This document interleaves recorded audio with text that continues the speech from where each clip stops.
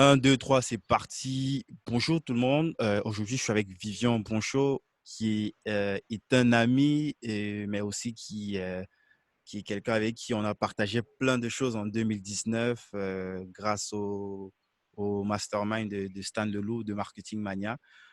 Aujourd'hui, j'ai invité Vivian pour parler déjà de ses projets perso parce il y a plein de sujets sur lesquels il est au-delà du fait qu'il a aussi comme une sorte de bras droit pour Romain Collignon. Il va nous parler de tout ça, mais je propose pour commencer que tu te présentes, Vivien. Oui, bien sûr. Alors, bonjour à tous et merci de m'accueillir sur ton podcast. Euh, alors, la question, c'est de me présenter, c'est ça? Ouais, c'est te Euh, présenter. ouais. Alors, en Toi, fait, comment est-ce que tu te présentes pour la première fois? Comment tu expliques ça aux gens? Parce que c'est la grosse question à chaque fois quand tu es sur plusieurs sujets et ouais, que tu rencontres des gens comme ça, peut-être dans un bistrot, il faut que tu te présentes. La grosse question, par où je commence, quoi? Qu'est-ce qui te vient en tête en premier? ouais, c'est la grosse question. J'essaie à chaque fois de simplifier parce qu'à chaque fois qu'on me demande, c'est une vraie galère pour expliquer. Effectivement, je suis sur plusieurs tableaux. Alors, premièrement, il y a tout ce qui est la partie investissement immobilier. J'investis en perso et actuellement, je suis dans une grosse vague d'achat. Je travaille également, comme tu disais, Guy, pour Romain Collignon. Mhm. Donc, ça fait maintenant 1 an et demi.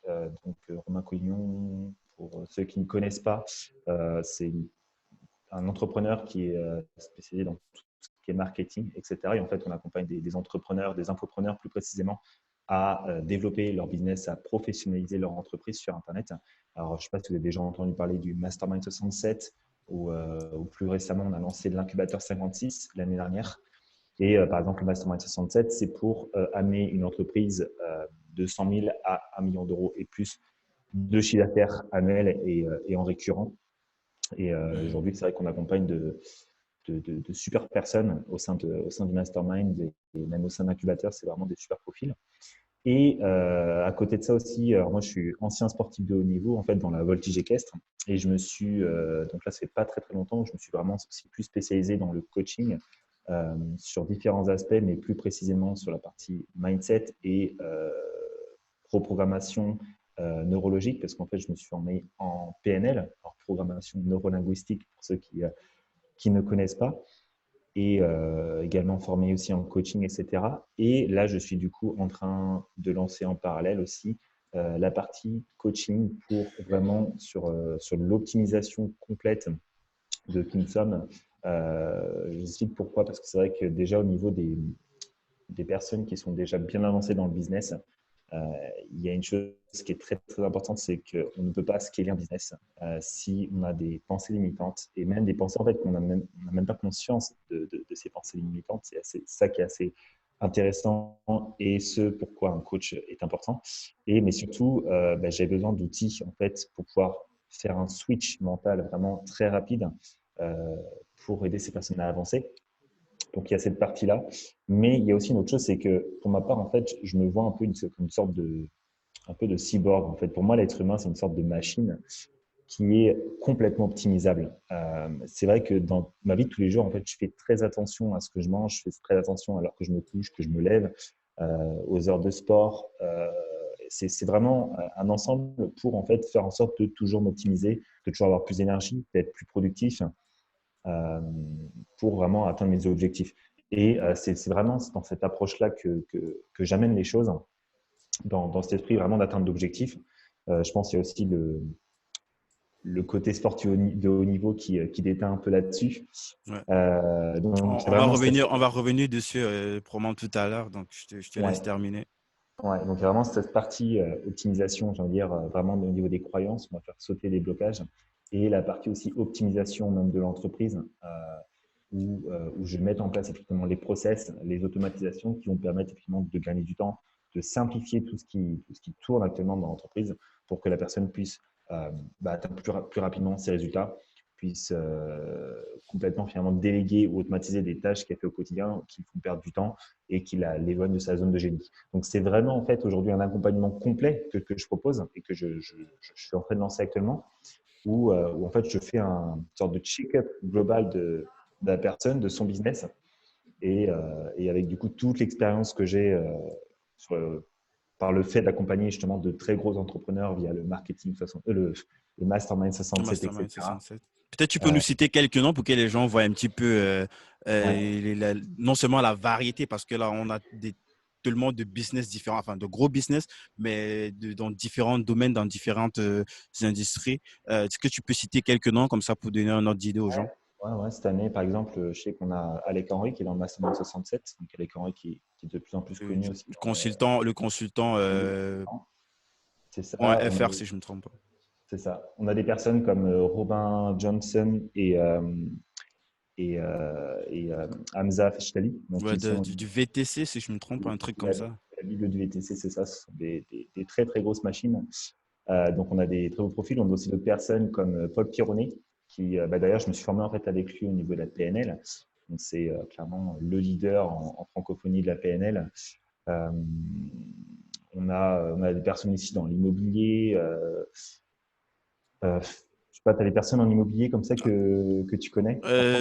Je connais pas, mais je sais qu'il y en a un dans votre mastermind qui vit actuellement à l'île Maurice, mais je sais plus comment il s'appelle. Ah, c'est Florent Fouque. Ouais, je crois enfin, l'année dernière, je sais plus si c'est encore Ouais, le cas. Ou ouais, même, je ouais, il y a crois que même Alexandre Roth, j'ai cru déjà l'avoir aperçu aussi dans un de vos Alexandre, masterminds. Alexandre Ross Donc, aussi, c'est ça, oui. Ouais, donc il y a quand même des très très belles têtes d'affiche. ouais, c'est Euh, très, très intéressant. Donc, on va parler de tout ça et je voudrais qu'on revienne un petit peu en arrière sur ton parcours déjà Est-ce qu'on dit voltigeur? Je ne sais pas trop. ouais, voltigeur, exactement, c'est ça. Voltigeur. C'est quoi exactement pour ceux qui connaissent pas, qui n'ont Mm. jamais entendu parler de ce sport? C'est un sport, tu as quand même été au haut niveau, je crois que t'as fait des compétitions internationales aussi? Ouais, c'est ça, championnat du monde, ouais. Mhm, Donc en fait, c'est ça, alors en fait, j'ai un parcours de vie assez atypique entre guillemets parce que je suis sorti du collège donc à l'âge de 15 ans, c'est ça. Je suis parti, donc j'ai commencé à faire de la restauration des saisons à droite à gauche. J'ai toujours voyagé un peu à droite à gauche, je suis allé aux Antilles, j'ai vécu un an en Irlande, j'ai un peu bougé. Et à l'âge de 20 ans, ras-le-bol, et j'ai repris du coup cette partie sportive jusqu'à 25-26 ans, quelque chose comme ça. Et les rencontres euh, ont fait que je suis monté très rapidement en équipe de France et très rapidement à haut niveau jusqu'au championnat du monde, effectivement. Euh, et ça m'a donné aussi une très très grosse en fait autodiscipline qui aujourd'hui m'aide énormément et m'a conditionné en fait pour qui je suis aujourd'hui. Et c'est ça qui mhm, est vraiment intéressant. Donc effectivement la voltige pour ce que je n'ai pas expliqué, mhm. c'est de l'acrobatie à cheval. Donc, en fait, faut voir un peu la chose un peu comme au cirque entre guillemets, même si j'aime pas trop la comparaison. C'est une personne en fait qui est au centre du cercle. Le cheval évolue en cercle au galop autour. Et en fait, nous, on monte jusqu'à 3 sur le cheval pour faire des figures, des acrobaties, des saltos, des choses comme ça. Yes. Et, donc, c'est un sport qui est hyper intéressant, hyper complet et en tout cas qui forge vraiment le caractère parce que c'est pas facile. Mais après ça, il y a un switch. Je veux dire, le fait que tu es compétitif comme ça jusqu'au plus haut niveau, est-ce que c'est pas un sport où on peut, un petit peu comme le foot, où on peut exercer pendant 10, 15, 20 ans, ou Ah c'est ouais. quoi les métriques à ce niveau-là, la Ouais. En moyenne? fait, bien vu. Non, mais tu fais bien d'en parler. En fait, déjà aussi, pourquoi j'ai arrêté pour deux choses. C'est qu'effectivement, je ne peux pas, j'ai envie de dire, vivre de ça. Déjà, je ne peux pas en vivre la base. Après, je pourrais en vivre en faisant des coachings, en voyageant, etc. J'ai des amis qui font ça, des amis qui étaient dans mon équipe, qui font ça, mais c'était pas la direction que je voulais prendre. Et effectivement, je pense que c'est quelque chose qui est assez temporaire, limité dans le temps, parce que effectivement, on peut faire ça, je pense, jusqu'à 35-40 ans, mais il arrive un moment où on perd un peu la. Alors, c'est sûrement une croyance limitante peut-être par rapport à ça, mais je pense qu'effectivement, il y a des nouveaux voltigeurs qui arrivent, qui ont été sacrés champions du monde et qui aussi commencent à faire des coachings et potentiellement qui te prennent la place. Donc, c'est à mon sens quelque chose qui n'est pas, sur du long terme, c'est pas quelque chose qui me faisait vraiment kiffer. Donc, qu'est-ce que j'ai fait? C'est que j'ai commencé à réfléchir à qu'est-ce que je peux mettre en place pour générer des revenus alternatifs à côté. Donc, j'ai commencé à m'intéresser à l'immobilier. Et en 2016, j'ai acheté mon premier appartement. J'ai acheté le deuxième un an après, Mais en là, tu 2000. étais toujours sportif, je veux dire, c'est quelque chose que Ouais, tu faisais en parallèle. ouais, Mhm, j'ai été sportif alors, j'étais en équipe de France jusqu'à fin 2016. 2017, c'était plus tranquille. Alors, fin 2016, j'avais acheté mon premier appartement, donc je commençais à avoir des mhm. revenus supplémentaires. Mais oui, j'ai arrêté, je crois, 2017, quelque chose comme ça. Et du coup, comme j'avais fait le premier pas via l'immobilier dans l'entrepreneuriat, je me suis dit, bon, il faut que je trouve autre chose à faire, que Mhm. je puisse vraiment lancer un vrai business. Du coup, j'ai démarré à faire du e-commerce. Bon, ça a été la vague et c'est encore la vague du dropshipping. Ouais. J'ai surfé un peu sur la vague. D'ailleurs, je me rappelle, Je me rappelle très bien de cette époque, c'était ouf. Pour donner un petit peu de contexte, nous, on était encore en train de chercher nos premiers clients. Je crois qu'en ce moment, je bossais en freelance et on n'avait jamais, enfin, à part les vidéos qu'on voit sur YouTube, on n'était pas habitué à avoir des chiffres comme ça en une journée. Bam, on voit 2000, 3000 euros juste en une journée. On disait, waouh, c'est quoi ça? Ouais, c'était c'était la belle complètement. époque, ça. C'était à une belle époque, ouais. Du coup, j'ai effectivement, ouais, j'ai fait la vague de e-commerce. J'ai bien réussi en e-commerce et j'ai souhaité arrêter parce que c'était plus aligné avec nos valeurs, c'était plus aligné avec ce que je voulais faire. Et, Mais c'était quoi tes et grands learnings? Parce que moi, je sais quand même qu'il y a eu, au-delà du fait que c'était pas forcément quelque chose qui te passionnait. Quand je dis passionnait, c'est plus dans le sens qui te faisait kiffer, vu qu'il y avait ouais, plein de trucs répétitifs, mais en termes de valeur, c'était pas forcément ce qui te faisait ton volet.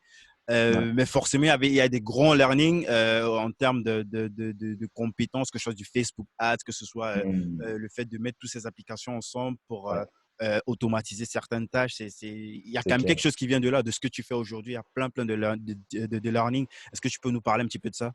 bien sûr. En fait, c'est ça qui est hyper intéressant, c'est qu'on dit tout le temps, certaines, certaines personnes vont dire que ils ont eu une mauvaise expérience, que quelque chose s'est mal passé, ils ont fait un mauvais choix, etc. Mais en fait, en prenant du recul, et c'est vrai qu'en regardant en arrière, on se rend compte que finalement, tous les choix qu'on a fait et toutes les situations difficiles qu'on a vécues permettent d'être qui on est aujourd'hui. Et en soi, on n'aura pas pu devenir qui on est si on n'était pas passé par toutes ces étapes. Donc, en termes de learning, comme tu dis, que ça m'a énormément appris finalement sur toutes les bases marketing. J'ai énormément appris. Alors, j'ai beaucoup dépensé en formation. J'ai pris beaucoup de temps Coaching, je pense que tu es allé même au-delà de la formation, si je ne me en trompe pas. coaching. Exact. Exact, bien vu. Oui. Je me rappelle mieux que moi parce que j'ai dû faire tellement de formations, de coaching que j'en oublie un peu certaines choses. Mais oui, effectivement, j'ai fait aussi du coaching et c'est vraiment ce qui permet de décoller et ce qui m'a permis par la suite d'acquérir de vraies compétences solides qui me permettent aujourd'hui, en fait, si je perds tout du jour au lendemain, je saurai exactement comment redémarrer, il n'y a aucun problème. Et que même si demain, je me dis, bon, bah, je vais faire du dropshipping parce que faut que je redémarre quelque chose. Déjà, je pense pas que je referai du dropshipping. Mais c'est vrai que je m'étais fait un test, c'était quand? Je crois que c'était en novembre dernier. Je me suis dit, allez, vas-y, viens, lance-toi un défi. Tu te montes une petite boutique en 2 jours juste pour voir si tu es toujours à la page, si tu es capable de Tu faire l'as, des. tu l'as vraiment fait? Je l'ai fait, ouais. J'ai monté une boutique en 2 jours et au bout de 3 jours, j'étais déjà à 500, 600 de chiffre d'affaires. Et là, j'ai fait bon, bah, je sais comment faire de l'argent. Ça tombe toujours. Tu te rassures tu Ouais, c'est assez marrant. C'est assez marrant, mais bon, après, t'auto-rassures. ouais, c'est ça. Mais je l'ai fermé, genre, je crois, au bout de 4 jours. En fait, ça me saoulait. Ça me saoulait en fait, j'avais oublié comment c'était chiant De suivre comme ça 4, 6, 7, 8 campagnes avec peut-être 10 assets à l'intérieur et de tester des Ouais, petits intérêts. exactement. Puis je crois qu'il y avait un aspect aussi que j'avais complètement oublié, c'était le stress permanent en fait en tâche de fond qui restait. C'est-à-dire que quand tu as les pubs qui tournent, en fait, tu es tous les jours en train de mettre à jour ton truc Shopify. Et même si tu sais que ça marche, tu es toujours dans un stress constant. En fait, tu as toujours une open loop qui tourne. Et ça, j'avais complètement oublié cet aspect-là. Et aujourd'hui, en fait, quand j'ai lancé cette boutique, je ne pouvais même plus me concentrer sur mon travail en fait à côté. Ça me bouffait toute mon attention. J'étais constamment en train de checker un peu comme des notifications qu'on reçoit tout le temps. On a tout le Mhm, temps envie de voir où est-ce qu'on en est. mhm. Donc j'ai arrêté parce que enfin, Ouais. Quand tu parles de ton travail, tu parles forcément du fait quand tu as commencé avec Romain Collignon, on va revenir dessus, je pense que c'est de ça dont il s'agit. ouais ça et Euh, puis ouais, donc, ça, on voit un petit peu les grands learnings et même si après, ce n'était pas forcément ce que tu aspirais à faire. Euh, c'est quoi en fait, comment ça se fait déjà la connexion avec Romain Collignon? Parce que je sais que lorsque tu avais tes boutiques, je pense que les boutiques, tu les as commencées en parallèle avec Romain ou après ou avant, je sais plus, je me non, rappelle plus. c'était avant. C'était avant, donc là on est en attends, je suis perdu. Euh, on est, je crois, en octobre 2018. Ouais, Mhm. octobre 2018, c'est ça. Je pense que c'est Donc, là où on se rencontre c'est la première fois pour le mastermind. ouais, je crois qu'on s'est rencontrés même un Stan. peu avant. Je crois que c'était en juillet-août 2018. Ah ouais, c'est vrai.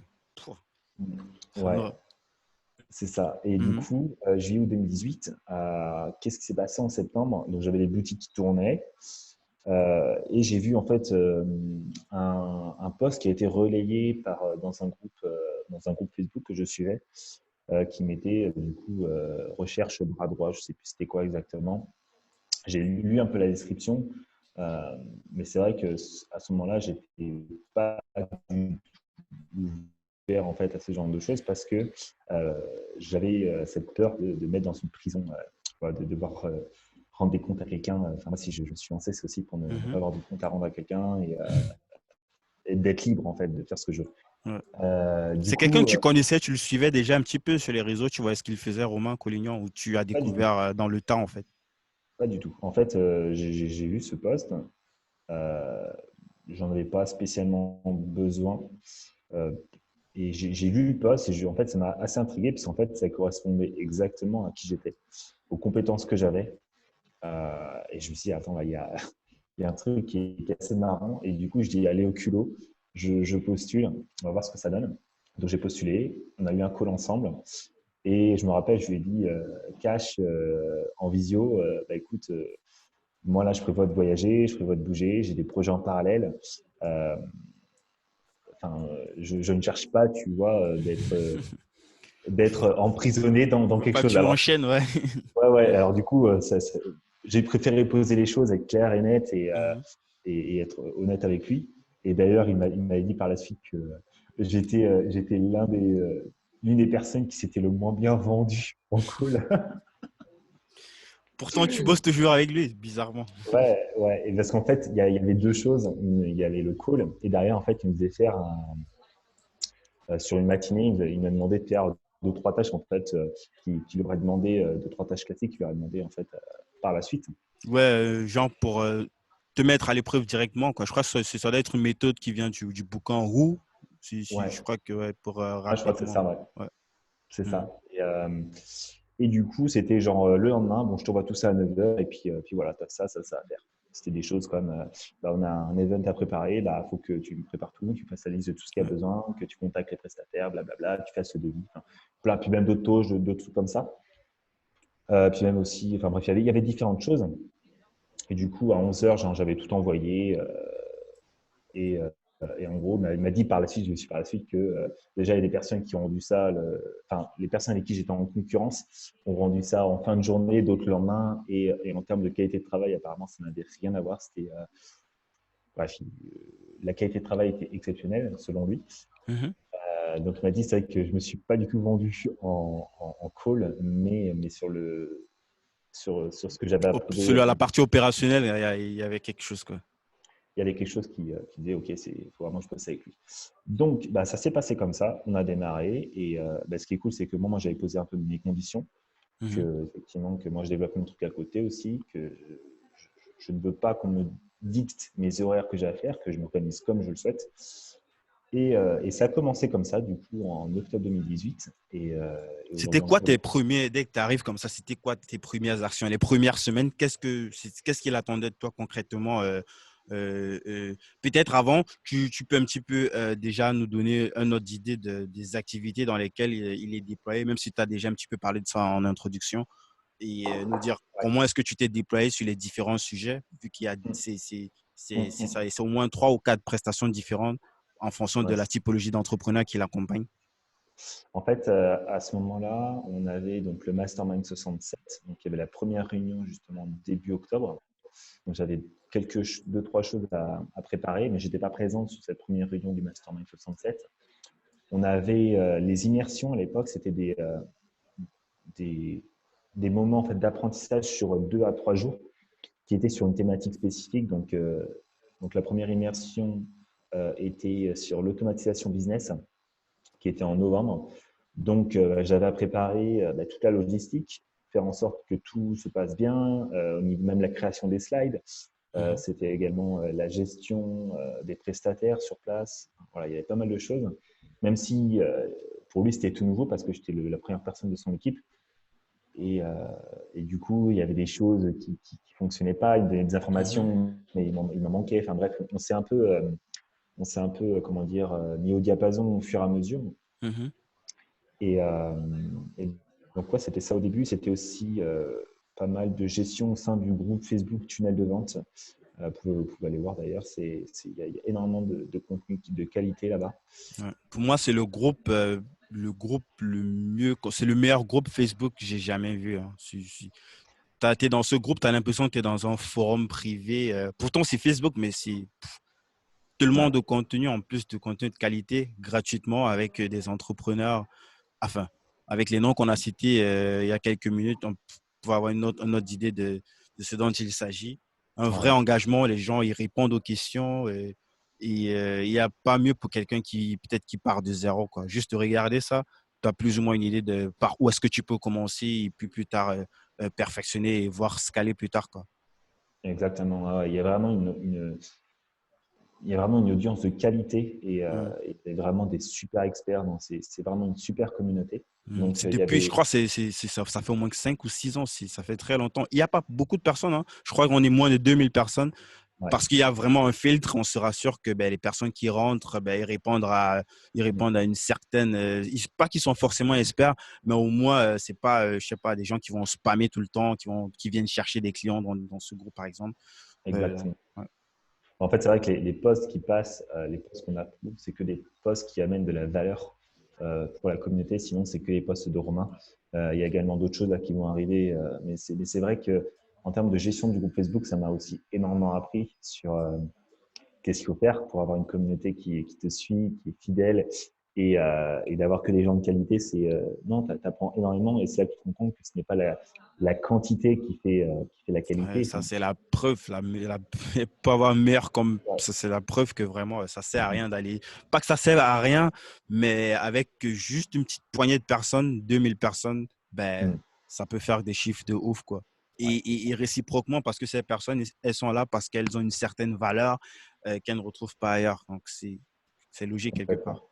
complètement. Complètement. Et c'est ça qui est assez intéressant, c'est qu'aujourd'hui, on arrive vraiment dans une ère de high impact. Mhm. Et c'est vraiment, on arrive vraiment là-dedans de donner un maximum de valeur en fait gratuitement à nos clients, en fait, à nos prospects, Mhm. aux personnes qui nous suivent. C'est vraiment une communauté.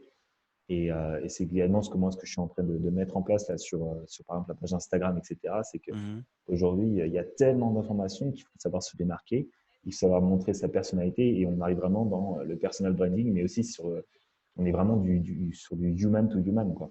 Ah, c'est complètement logique, je partage, hein, parce que ben, à la fin, quel que soit ce que tu vas lancer ou les segments dans lesquels tu vas te lancer, juste en partant de ton propre personal branding, tu peux directement créer une audience dédiée au segment, au nouveau segment dans lequel tu te lances. Donc, je partage complètement. Exactement. Euh, pour revenir maintenant à tes rôles aujourd'hui, parce que c'est que là, entre-temps, tu as monté une team pour Romain Collignon. Si tu es plus manager aujourd'hui qu'opérationnel, même s'il y a des En fait, ouais. automatisations. En fait, il y a pas mal de choses. C'est que, alors, j'ai recruté, j'ai envie de dire, on a recruté, parce que c'est moi-même et Romain, on travaille toujours en équipe. Mhm, Et c'est vrai qu'il y a une grosse structuration même au sein de l'entreprise. On arrive vraiment dans une ère de professionnalisation, et c'est ce qu'on enseigne d'ailleurs au sein de l'incubateur 56 et du Mastermind 67, donc les deux programmes de Romain. On arrive vraiment dans une structuration qui se rapproche en fait de multinationales, etc. Pour scaler, Mhm. en fait, si on veut scaler une entreprise à plusieurs dizaines de millions d'euros de chiffre d'affaires, on est obligé de passer par là. Donc effectivement, on a recruté des personnes sur différents rôles, du community manager, on a un closer, on a quelqu'un qui s'occupe du funnel. Euh, Moi, je suis sur toute la partie organisation événementielle aussi, je chapeaute un peu tout ça. On a quelqu'un sur la finance, sur les relances factures, etc. En fait, c'est tous ces rôles que moi je faisais avant. Mhm. On les a tous redispatchés. Et c'est vrai qu'aujourd'hui, moi, je me concentre beaucoup plus sur mettre en place les process, m'assurer que tout le système fonctionne, est automatisé et que, en fait, chaque personne est vraiment dans sa zone de génie.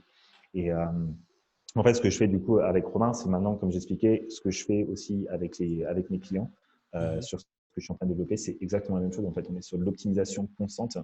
On est également, là aussi, je vois qu'il y a un vrai besoin là-dessus. C'est qu'il y a énormément d'infopreneurs qui démarrent, etc., sur Internet, c'est génial, sauf que euh, il y a, il y a une méconnaissance de l'atteinte des résultats de leurs clients. C'est-à-dire qu'ils ne prennent pas suffisamment complètement conscience de la psychologie des clients, de qu'est-ce qui fait, quels sont les patterns d'échec à telle ou telle partie de la formation. Et nous, dans l'incubateur, on est vraiment dans cette recherche constante d'optimisation, euh, puisqu'en fait, plus les clients ont de résultats et meilleure la pub est. Et plus les gens en fait, vont rester au sein de l'entreprise et vont scaler en fait, sur les produits d'après. Donc aujourd'hui, à mon sens, il y a beaucoup trop de personnes qui lancent des produits. À mon sens, aujourd'hui, juste des formations vidéo, ça ne suffit plus. Les gens ont beaucoup trop d'informations gratuites de partout, commencent quelque chose, procrastinent, ne font pas les choses à fond. Des fois, ils achètent et ne vont pas jusqu'au bout pour combler un besoin d'achat compulsif. Et aujourd'hui, moi, là aussi, où j'interviens, c'est vraiment de restructurer qu'est-ce qui fait, comment on peut faire pour qu'on optimise le, le chemin de A à Z en fait, du client qui achète Mhm. le programme d'accompagnement pour qu'il ait les résultats et qu'il atteigne la promesse de fin. Et pour ça, en fait, ça passe effectivement par plein de process, plein de nouvelles choses à mettre en place, mais également une remise en question même du fondateur de la formation, parce que derrière, il y a énormément de croyances limitantes qui se jouent. Euh, il y a plein de choses à désamorcer et il y a également aussi plein de sous-étapes à mettre en place pour Mhm. faire sauter les patterns d'échec des majorités des clients. Yes. Je vais juste peut-être ajouter quelque chose à ce que tu as dit tout à l'heure concernant, parce que tu parles beaucoup d'automatisation et d'optimisation, mais pour que les gens comprennent bien, c'est pas juste, ils débarquent comme ça sur un business et ils commencent directement les process d'optimisation et d'automatisation. On parle des process qui ont déjà fait leurs preuves, qui fonctionnent, qui sont viables, qui font un certain chiffre, il y a un seuil, il y a certaines métriques de base en fait. Et l'idée, c'est d'optimiser ces process afin d'atteindre des résultats, des objectifs beaucoup plus, enfin, exponentiels, quoi, pour que ça monte le plus rapidement Bien possible, sûr. quoi. Parce que 0 fois 1 million, c'est toujours zéro. Donc, on parle des trucs qui sont déjà viables, qu'on optimise et qu'on automatise pour avoir encore beaucoup plus de résultats que ce que l'on a déjà, quoi. Donc, il ne faut pas que les gens ils pensent que ben, on parle juste d'automatisation ou d'optimisation comme ça en l'air pour c'est des trucs qui ne sont pas encore fonctionnels, quoi. Donc, Exactement. C'est intéressant ce que tu dis. Puis il y a une chose que j'aimerais rajouter par rapport à ça, c'est que on optimise. Alors, avant de passer dans une phase d'optimisation, on va déjà parler de où est-ce que la personne veut aller. Je pense qu'aujourd'hui, il faut vraiment partir dans un état d'esprit d'écosystème. Si aujourd'hui on veut avoir un business pérenne et vraiment exploser les scores, il faut partir dans une idéologie d'écosystème. C'est-à-dire que la personne va rentrer d'un point A et va rester dans cet écosystème selon toute son évolution et tous les besoins futurs en fait, qui vont apparaître. Et cette partie optimisation, effectivement, alors la partie structuration des équipes, c'est quelque chose qui est relativement commun à toute l'évolution des business. Maintenant, la partie automatisation, c'est vraiment du cas par cas. Parce qu'il y a des personnes qui voudront plus s'attaquer à telle partie, plus par exemple sur tel réseau social, etc. Selon tout ça, en fait, Mhm, il faudra mettre en place certains systèmes qui seront différents selon les valeurs de la personne, selon aussi sa vision, où est-ce qu'elle veut aller. mhm. Euh, et c'est vrai que en fait, tout part de où est-ce que veut aller finalement le chef d'entreprise, en fait. Ouais. En amont, quoi, il y a plein de trucs. Et le problème, c'est que généralement, on n'y pense pas forcément au début, tu vois. Au début, Mm. tu as les mains dans le cambouis, tu es en mode, ouais, Ouais, il faut peut-être travailler plus sur le produit ou bien travailler plus sur ouais. l'acquisition.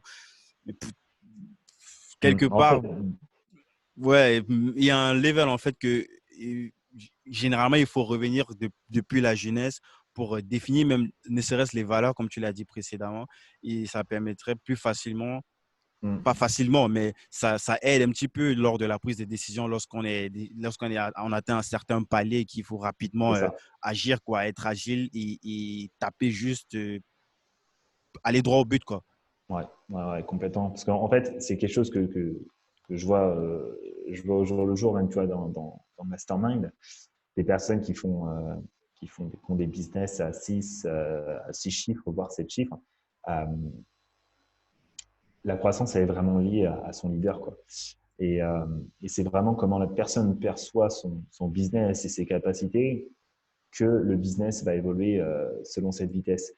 La vitesse de comment la personne perçoit son business et là où elle veut aller. Et il y a une chose assez intéressante de se demander, c'est que quand on arrive à un certain stade, Mhm. c'est de se dire, OK, là aujourd'hui, ton business tourne comme ça, bon, il y a des choses à améliorer, etc. Mais imagine que tu as 100 fois plus, ton nombre de clients, tu fais fois 100 ou fois 10.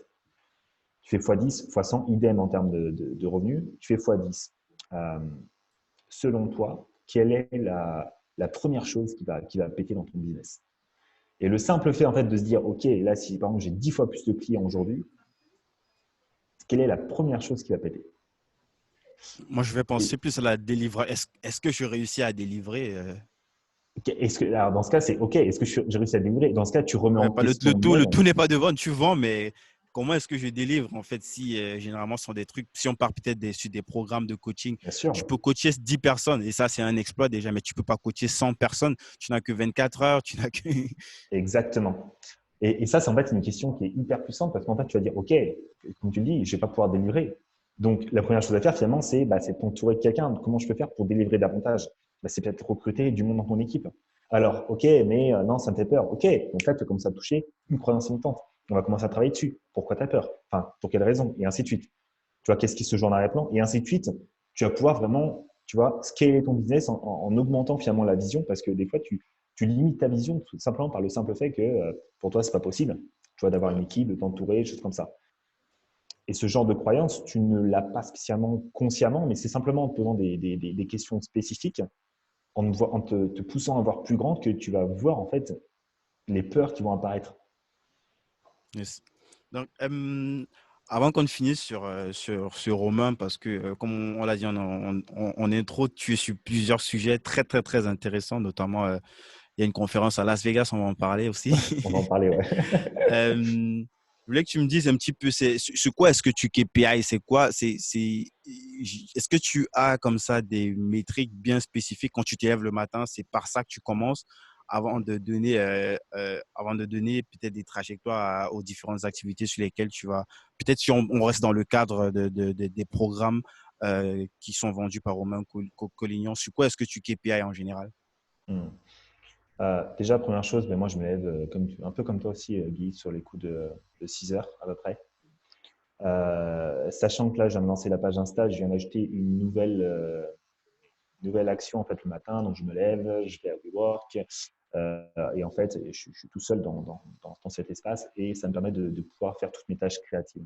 C'est-à-dire d'écrire mon contenu, de rédiger un peu toutes les choses comme ça qui me viennent parce qu'en fait, la phase créative, elle est généralement une heure et demie après notre réveil. Mhm. Et sur une durée d'à peu près 3 4 heures, je ne déjeune pas le matin. Euh, je fais très attention à ça. Le midi, je vais faire du sport. Et donc, en fait, alors, j'avance un peu, mais pour revenir au matin, donc Mhm. effectivement, je fais ça. Et généralement, je bosse, et ça, à peu près jusqu'à de 7h, 7h30 jusqu'à 9h, 10h, où je suis vraiment dans ma phase créative. Et à partir de là, en fait, je regarde un peu ce qui se passe sur le business à Romain, je regarde mes mails, je prends un peu la température de la journée, je note les projets importants. Et selon ça, en fait, je cale les projets selon mon énergie, selon ce qui va me prendre selon ce que les tâches vont me prendre en énergie, également la typologie de tâches, puisque je ne vais pas mettre des tâches où je suis dans l'automatisation en même temps que la créativité. Parce qu'à chaque fois, si c'est la reconnexion neurologique, je dois me connecter à un autre circuit neurologique et à chaque fois, ça prend de l'énergie. Et comme je suis dans l'optimisation et je fais attention à tout pour être le plus efficient possible, je cale mes créneaux en fait de travail pour la journée et, euh, et donc voilà un peu.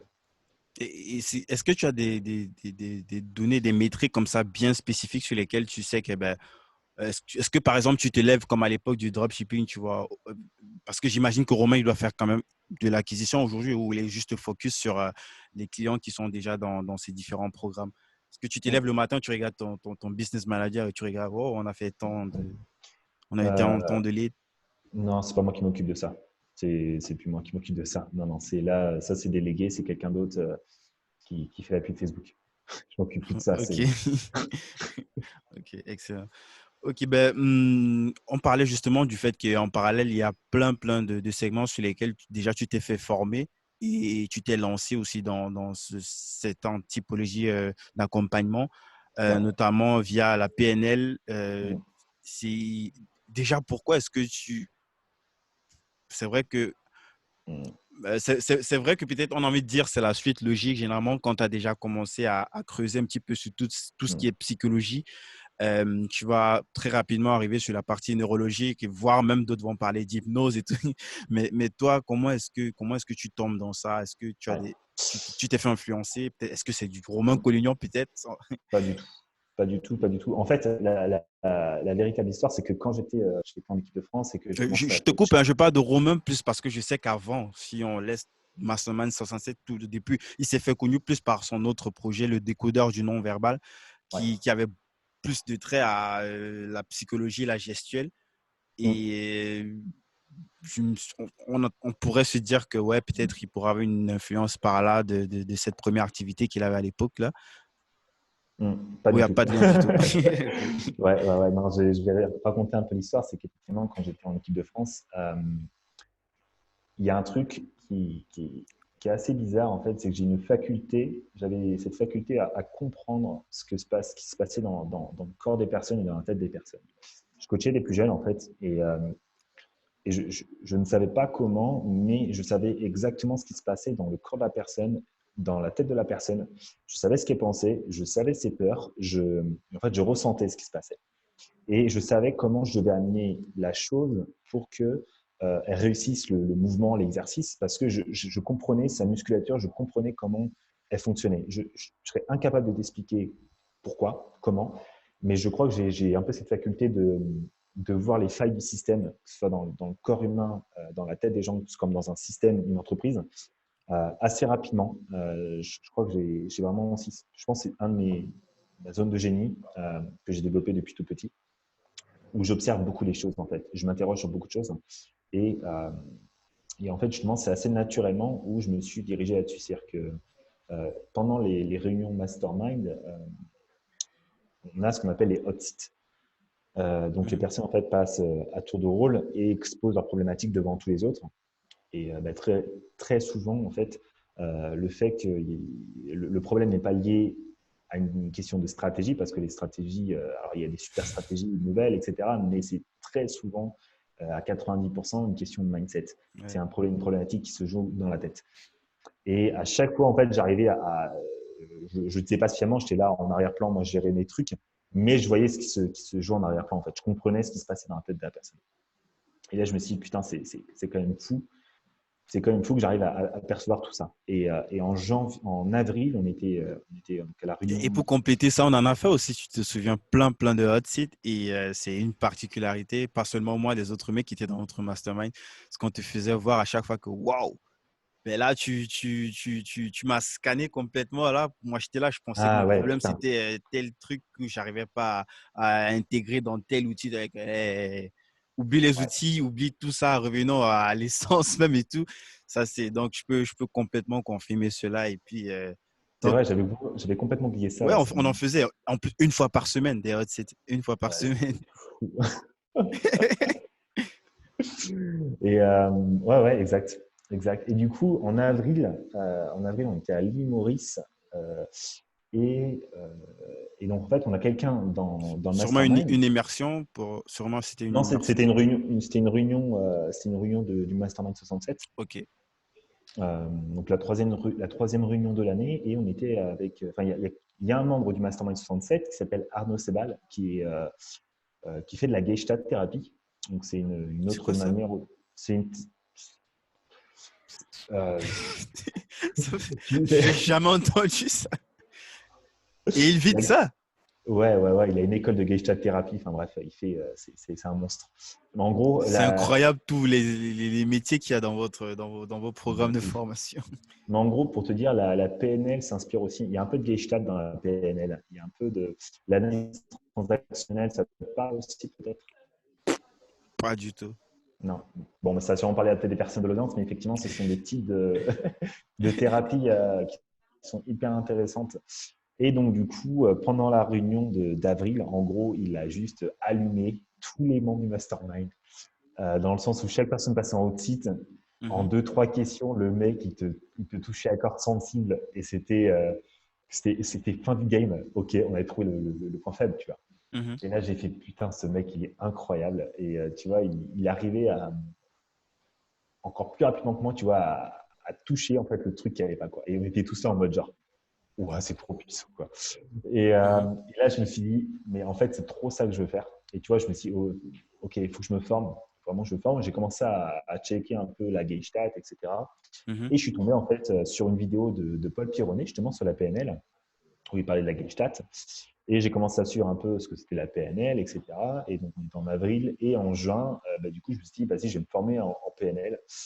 Et j'ai fait donc base, Comme ça, technicien. avec tout ce que tu avais à côté, des trucs, j'imagine Bien déjà sûr. le boulot rocambolesque Ouais. que tu avec Romain et comme ça, tu réussis encore à suivre des programmes de coaching à côté en parallèle. Ouais, ouais, mais parce qu'en fait, tout est une histoire de gestion et de perception du temps.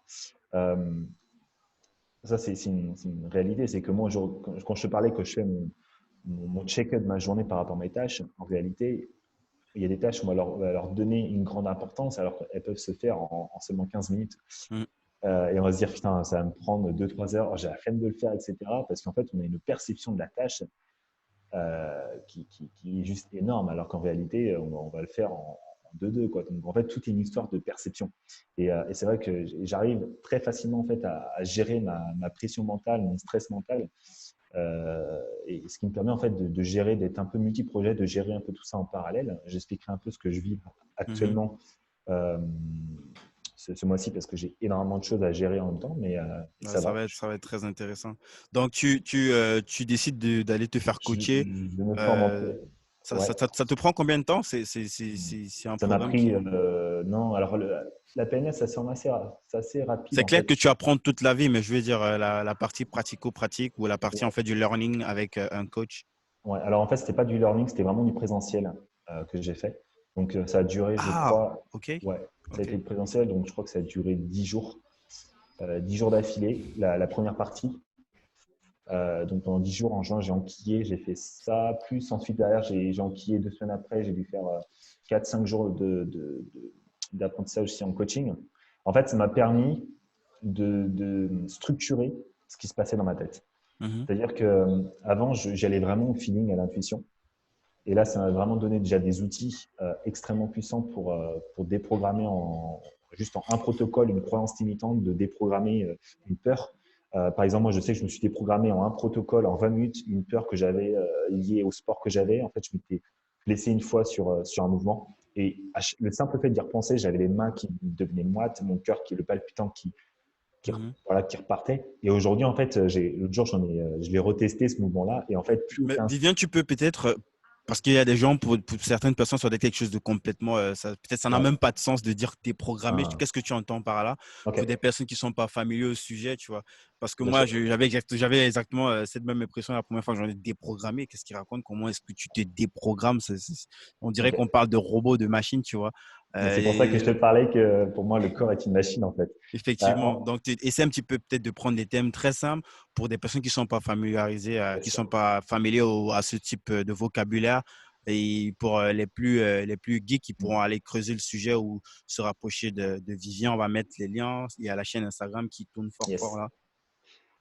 carrément. Alors, en fait, pour faire simple, déjà, c'est qu'aujourd'hui, en fait, notre perception de la réalité, c'est-à-dire qu'en fait, tous les comportements qu'on va avoir, ce n'est qu'une résultante, en fait, de tout ce à quoi on a été conditionné. C'est-à-dire que dans notre enfance, en fait, tout ce qu'on a vu, même au cours de notre vie jusqu'à aujourd'hui, en fait, a formé en fait les croyances qu'on a et la perception du monde qu'on a. Quand je parle de perception, c'est-à-dire que quand on va avoir une situation X, on va avoir un comportement spécifique. C'est-à-dire que quand on va voir une personne, les personnes qui voient des gens riches, par exemple, il y en a qui vont se dire, mais ces mecs, c'est des gros connards.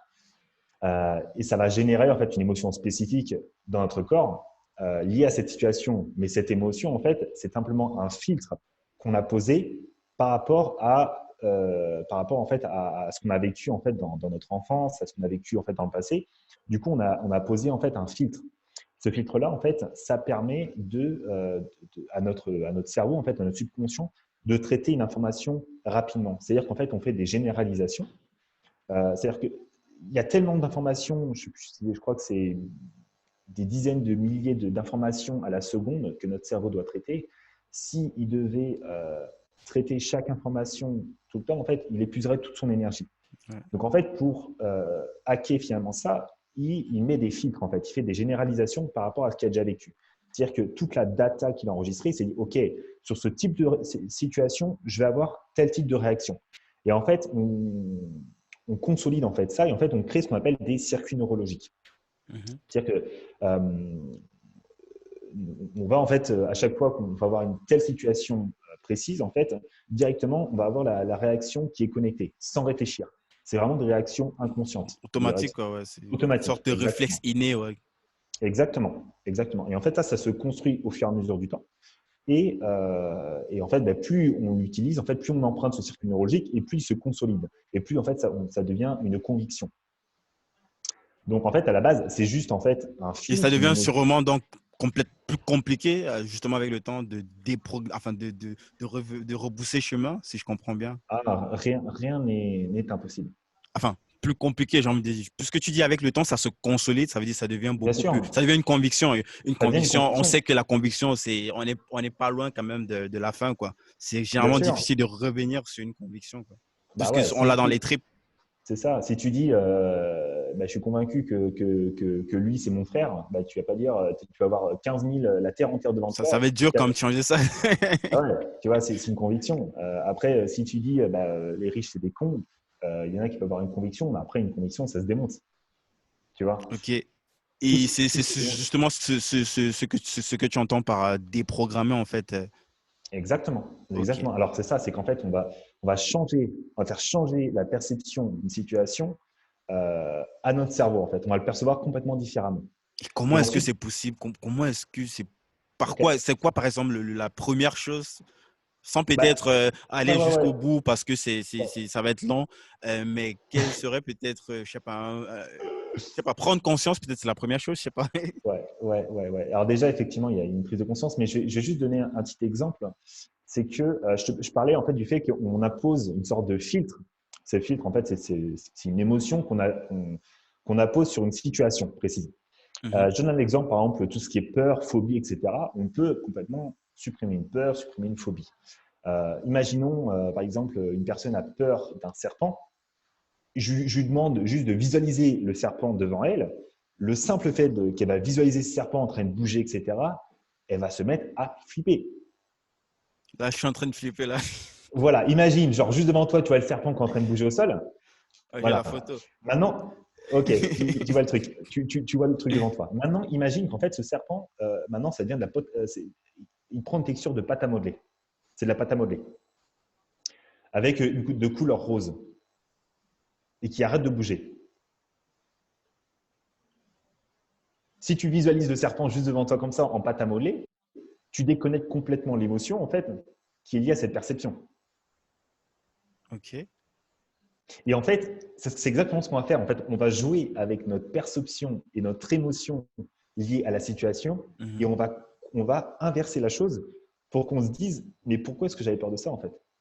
Et en fait, parce que toutes nos réactions sont émotionnelles. On le sait dans le marketing, la vente, Ouais, tout est complètement. émotionnel. C'est qu'en fait, on supprime l'émotion qui est liée à quelque chose et on va la remplacer par autre chose. Bah, c'est très, très intéressant ça. Et donc, en fait, tout simplement, neurologiquement, ce qui se passe, c'est qu'on va créer en fait un nouveau circuit neurologique.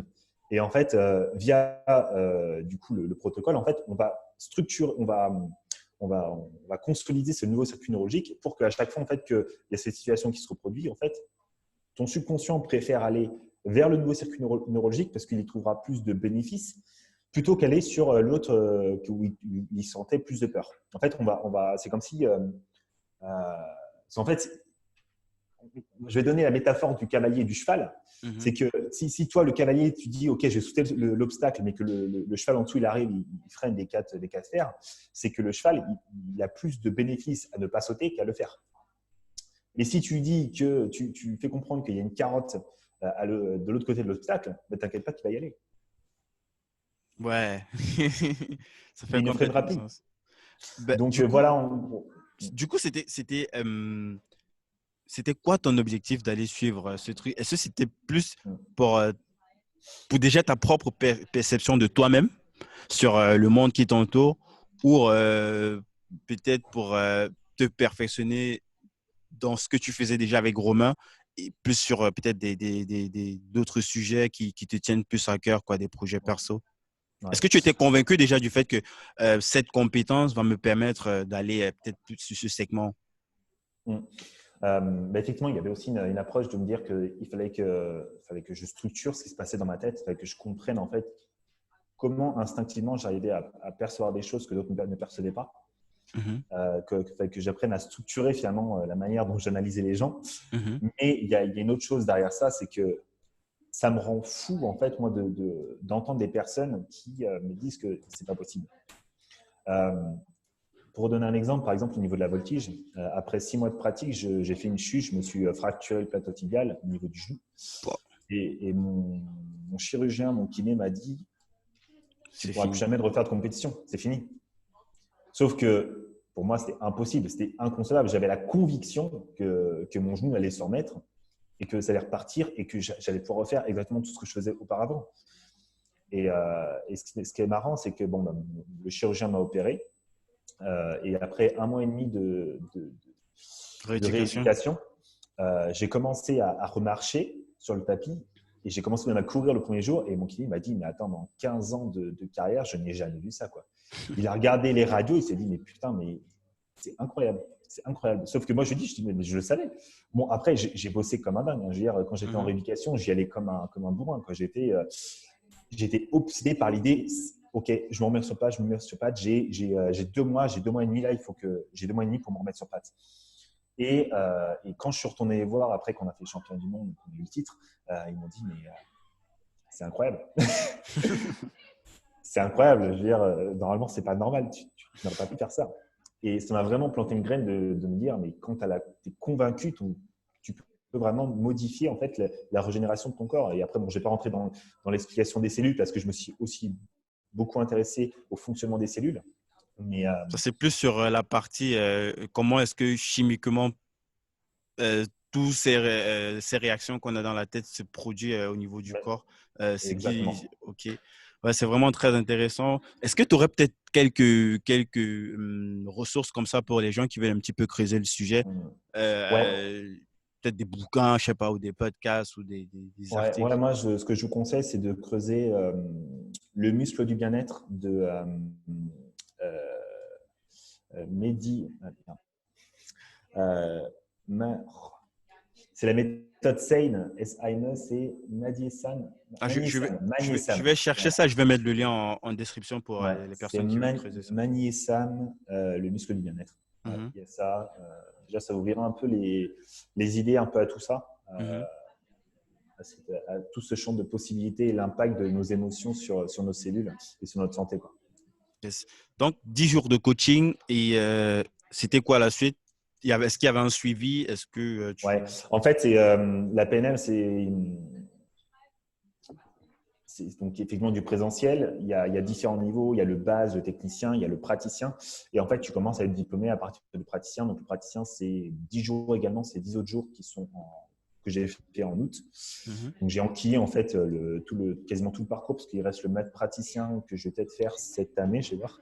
mhm. Et plus tu avances et plus tu arrives sur des outils et des sensibilités qui sont très spécifiques. On arrive vraiment dans du détail très inconscient. Mais bref. Et donc, du coup, Troisième praticien. dimension. Ouais, non, mais c'est assez ouf. On arrive vraiment on parle d'énergie collective, d'intelligence collective. C'est assez marrant. C'est dingue tout ce qui se passe et surtout quand l'expérimentes en Ouais. temps réel parce que je suis quelqu'un de très rationnel, très terre à terre et c'est ça que j'aime beaucoup aussi dans la PNL, c'est ce côté très terre à Immatériel. terre en fait, immatériel mais aussi très rationnel et très scientifique parce que j'ai horreur de tout ce qui est en mode euh, tu vois, pensée positive, etc. Enfin, j'aime bien comprendre le pourquoi du comment en fait. Yes. Excellent. Euh, Donc, du coup, est-ce que tu bifurques sur du coaching après ça ou vraiment c'est en premier ce travail sur toi-même déjà pour ta propre perception de toi-même et tu essaies peut-être de pratiquer ça dans non, tes activités vraiment plus pro, peut-être chez Romain ou dans tes propres ouais. Ouais, non, en fait, j'ai directement qui est sur la partie pro parce qu'en fait, bon, moi, en fait, les outils, je les ai acquis, quoi. Je les ai acquis, je les ai bien intégrés et ça me permet, moi, au jour le jour, en fait, dès que je vois que j'ai un blocage ou quelque chose, que je vois que je suis freiné par quelque chose, par exemple, que je procrastine pour une tâche, que je manque de motivation, en fait, je sais complètement, en fait, m'auto-hacker et en l'espace de 15 minutes, en fait, je me reprogramme complètement et en fait, j'actionne. En fait, je ne suis Mhm. plus limité en me disant c'est la faute de ci, de ça, et je ne suis plus en fait euh, passif par rapport à ma propre vie puisque je sais exactement comment m'auto-hacker pour atteindre mes résultats. Yes. Donc, est-ce que tu peux nous parler maintenant parce que là, ça veut dire que tu accompagnes maintenant des personnes Ouais. sur ces sujets-là. Je veux dire, au-delà, là, on n'est plus dans les activités qui concernent Romain Collignon Ouais, en tant que ouais. personne ou en tant qu'entreprise, mais complètement détachée de Romain. C'est C'est ça. quoi les sujets sur lesquels tu bosses actuellement? Ouais. En fait, comme j'expliquais au début, je commence vraiment à accompagner les entrepreneurs aussi à développer en fait la croissance de leur entreprise, mais surtout en fait tous les blocages qui font qu'ils en sont là aujourd'hui et qui n'arrivent pas à atteindre le palier suivant. Parce que donc, j'expliquais, j'interviens sur différents piliers. Il y a effectivement le premier pilier, on va taper sur le mindset. OK, Mhm, qu'est-ce qui fait, qu'est-ce qui se passe en fait pourquoi tu as peur d'aller plus loin. On va également voir sur tous les autres piliers de la journée, effectivement, au niveau de ton énergie, comment mhm. il organise sa journée, comment on peut optimiser tout ça. Et en dernier point, en fait, une fois que tout ça s'est clarifié, que là, on a vraiment une machine de guerre qui est prête à actionner, là, j'ai vraiment voir en fait au niveau du business, OK, qu'est-ce qui se passe, comment on peut simplifier, comment on peut automatiser les choses de manière à ce que la personne puisse vraiment En agir. fait, il n'y a rien de technique, il n'y a rien. Tu touches même pas au business dès le départ. Je veux dire, tu t'es pas Non, sur les machins, c'est quoi, comment tu convertis les leads. Tu vas non parce direct déjà que sur… non, alors j'explique pourquoi. Parce que imaginons, j'arrive et je dis, OK, ben là, clairement, il faut que tu recrutes quelqu'un, il faut que tu recrutes tel type de personne qui va t'aider sur telle tâche. Si la personne me dit, ah ben non, moi, je ne recrute pas, non, je ne m'entoure pas de quelqu'un, non, tu vois. Parce que là, on va directement taper une croyance limitante. OK, Mhm, c'est qu'est-ce qui se joue? Pourquoi tu n'as pas envie de… Pour quelle raison est-ce que tu souhaites rester seul? Et en fait, on arrive sur des croyances qui sont complètement inconscientes et mhm. très émotionnelles. Et en fait, on va reprogrammer tout ça pour que la personne, en fait, à la fin, se dise putain, mais clairement que je vais déléguer, ça y est, je suis prêt, j'ai trop envie de déléguer, quoi. Mhm. Je peux pas agir sur un business parce qu'en fait, il va lui-même inconsciemment s'auto-freiner dans le recrutement de cette nouvelle personne. Il va s'auto-freiner en fait là-dessus parce que quand je parlais du cavalier et du cheval, en fait, c'est que tant que le cheval il n'est pas OK pour passer à l'étape d'après, le Mhm. cavalier il a beau lui taper, le cravacher sur le cul, le cheval ne va pas Il va pas sauter. En fait. bouger, ouais. Voilà. Donc c'est vraiment aujourd'hui, euh, je pense qu'il y a un vrai besoin par rapport à ça. parce que bon, il y a des personnes finalement qui sont que sur la partie mindset, coaching, etc. Mhm. Il y en a qui sont voilà, sur toute la partie marketing, etc. Je n'ai pas sciemment envie de me positionner là-dessus parce que Romain fait ça extrêmement bien sur tout ce qui est partie, tu vois, améliorer les tunnels de vente, des choses comme ça. C'est pas du tout Et pour spécifiquement. aller même dans la logique, c'est plus une conséquence de quelqu'un qui a déjà travaillé sur lui, en fait. Parce que si on prend à l'inverse, quelqu'un qui peut être très tech, qui peut être très pratico-pratique, si il est bloqué psychologiquement, il y a très peu de chances qu'il dépasse. Il peut avoir certains résultats, mais il y a un seuil qu'il ne pourra pas dépasser forcément parce que euh, dans toutes les activités, il y a des seuils que pour dépasser, il faut forcément soit s'associer, recruter, être connecté à d'autres personnes en fait, parce que tout seul, Ouais, tu ne peux pas aller très très loin. Tu peux avoir des résultats, mais tu ne peux pas aller très très très loin. ouais, c'est Et clair. C'est clair. En fait, moi, là où j'interviens vraiment, on peut dire à la source. Je sais pas.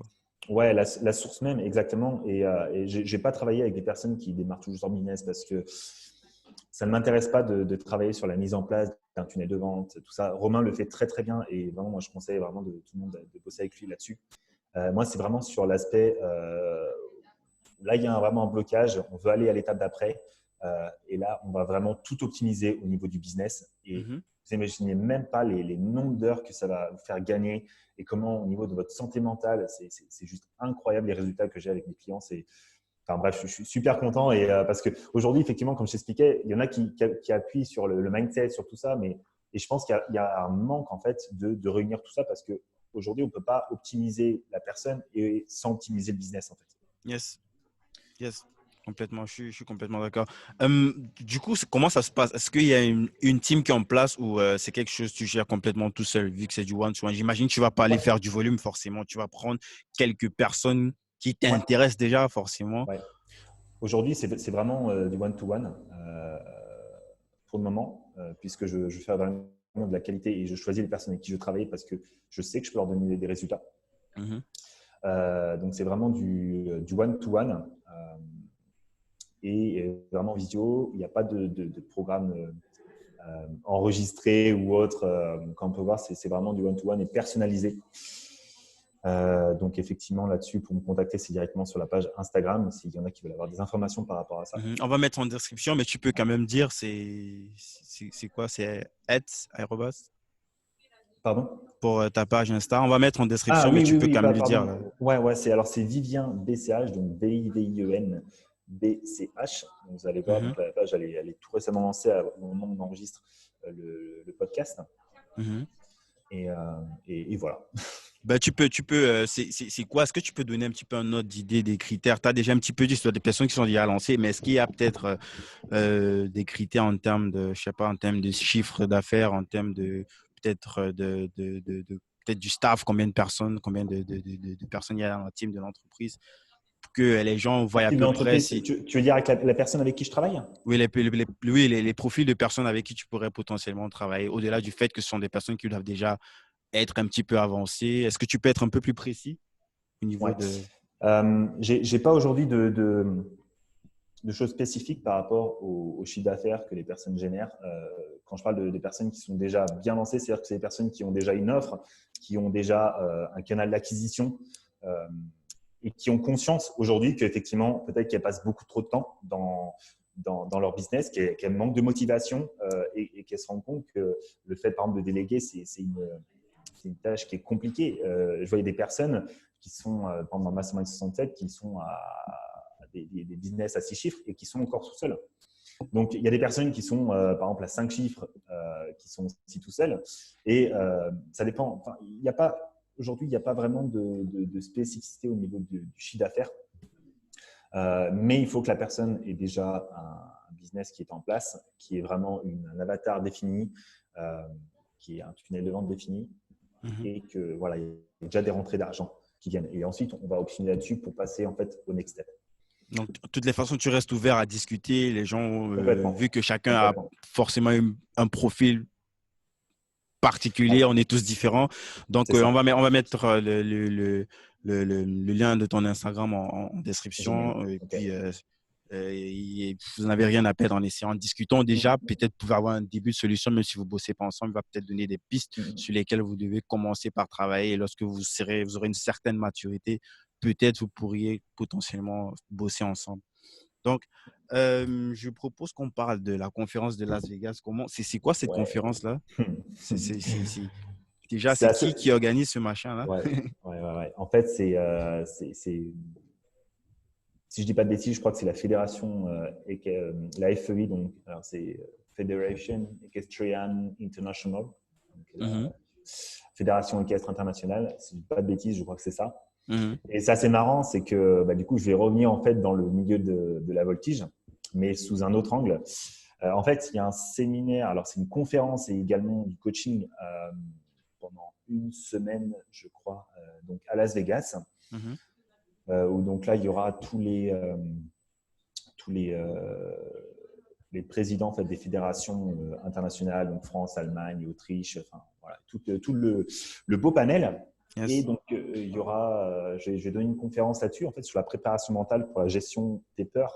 Et également, je vais même plus loin, puisque j'ai mis en place des protocoles, en fait, via la PNL. En fait, ça m'a permis de comprendre comment fonctionnait le cerveau humain pour aider, en fait, justement, les sportifs à intégrer un mouvement qui n'arrivait pas, en fait, à, à réaliser physiquement. Je te donne un exemple. Imaginons la personne, tu dis, OK, vas-y, fais un salto arrière, et que la personne, elle sait, elle voit comment faire la chose, mais son corps, en fait, ne réagit pas. Peur de Et se faire mal, peut-être. ouais, peur de se faire mal, effectivement, ou parce que son corps, en fait, ne dissocie pas bien les choses, ou que, en fait, l'information n'a pas été ancrée dans tous ses muscles, en fait. Et donc, Dans ses muscles? dans le sens où, en fait, je parle de muscles, je parle de cellules. Je parle Ok. de tout le mécanisme, en fait. La Euh, partie chimique dont on parlait précédemment, en fait, c'est ouais, ça? c'est ça. C'est ça. En gros, la personne peut avoir conscience de, OK, je dois faire ça, je dois faire ça. Mais sur le moment, quand on dit, OK, vas-y, fais ça, elle part dans tous les sens et impossible. Tu vois, son corps, il part dans tous les sens. Il y a des peurs liées à la pression de le faire tout dans l'instant T. Et en fait, le corps ne réagit pas comme il faudrait. Et donc, en fait, là, je vais complètement apprendre, réapprendre au corps, en fait, quel est le mouvement exact qu'il doit faire. Wow. Donc là, en fait, c'est vraiment une reprogrammation, même au niveau corporel. Mhm. Je vais jouer là-dessus. Je vais jouer aussi sur les peurs. Tu vois, une personne qui est blessée ou autre, qui a peur de faire tel ou tel mouvement. Du coup, via les outils que j'ai, je vais pouvoir complètement déprogrammer cette peur. On va aussi y aller sur de la communication, sur comment la personne en fait intègre les informations, puisqu'on a chacun un schéma d'intégration différent, que ce soit visuel, kinesthésique, auditif. Et en fait, on a une perception, enfin, on a ce qu'on appelle des métaprogrammes. C'est en gros une suite d'actions qui se jouent en quelques millièmes de secondes dans notre tête pour intégrer une information. Je te donne un exemple. Moi, pour intégrer un mouvement, quand je fais du sport, je l'ai perçu après. J'ai besoin d'entendre l'information en me disant, bon, OK, viens, il faut que tu contractes tel muscle, faire ci, faire ça, pour ensuite le visualiser en interne, pour ensuite, j'ai besoin de le voir en externe pour qu'il soit intégré. Yes. Tu vois, c'est plein de micro-étapes et en fait, ces micro-étapes, on est tous différents là-dessus. On a tous un système d'apprentissage qui est différent. Et donc, je vais intervenir là-dessus. Donc, effectivement, première Mais conférence en anglais. comment ça se fait? Oh, ça sera en anglais en plus. Ouais, Ouais, c'est première vrai, c'est un truc international, donc forcément. Et comment le fit s'est fait? Est-ce que, comme ça, c'est des gens de la fédération, enfin, c'est avec qui tu as bossé à l'époque lorsque tu étais compétiteur qui sont revenus vers toi? Comment ça s'est fait le fit? Ouais, non, je suis allé au culot. Ah, c'est En toi qui as fait, proposé le truc? ouais. En fait, tout simplement, c'était en septembre ou octobre l'année dernière, novembre, je sais plus. J'ai une pote qui me parle de ça, qui me dit, ouais, t'as vu, il y a la conférence là des voltiges à Las Vegas. Je dis, ah non, c'est quoi? Et je suis allé voir, et en fait, au niveau des intervenants, j'ai vu qu'il y avait tous mes potes de l'époque, en fait, avec qui j'étais en équipe, Ah. qui interviennent, mais sur la partie technique, sur, tu vois, comment faire le bon geste, etc. Mhm. Et là, je me suis dit, mais attends, aujourd'hui, comment je vois le manque qu'il y a dans la partie sportive sur de la reprogrammation neurolinguistique, je me suis dit, mais attends, mais je vais proposer la chose.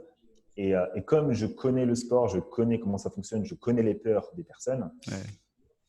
J'ai proposé, j'ai dit que vous vous rappelez de moi, etc. Ils m'ont dit, ah oui, tout, comment ça va? Et alors, j'aurais expliqué ce que je faisais. Ils m'ont dit, ah ben carrément et tout. Trop ouf. Du coup, tu auras un créneau de conférence devant les sélectionneurs nationaux. Et également, tu auras 1 ou 2 journées, je crois, où je vais coacher les voltigeurs. Donc, c'est top.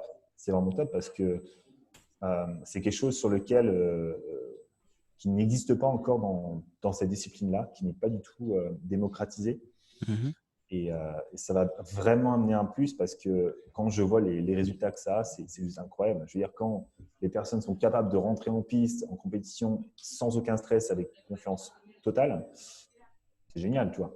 C'est vraiment top ça parce que en plus, Ouais, ça se voit clairement que c'est quelque chose qui s'applique pleinement à plein de domaines, j'ai envie de dire pratiquement tous les domaines.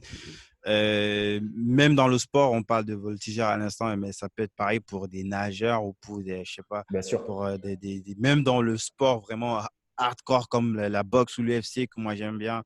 Tu vas voir par exemple quelqu'un comme McGregor dernièrement, là j'ai vu qu'il se faisait coacher accompagné par Par Tony Tony Robbins. Robbins. Bah oui, ouais. C'est Bah oui, bien sûr. Parce que on dit toujours les 90, 80, 90% des résultats, c'est que du mental en fait. Donc, et c'est pour ça que j'aime beaucoup faire le parallèle entre le sport de haut niveau et l'entrepreneuriat, c'est que les deux sont liés en fait. Moi, je suis pro atteinte d'objectifs. J'ai horreur des personnes qui restent sur place, qui voient que tout est beau, tout est rose, connectez-vous à vous-même, etc. Non, je veux dire, on est là pour atteindre des résultats.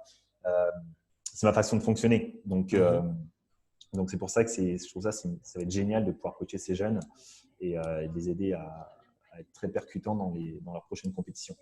il y aura des images, ça sera un truc qui sera Ouais, sur les chaînes. alors, j'ai ma pote qui couvre qui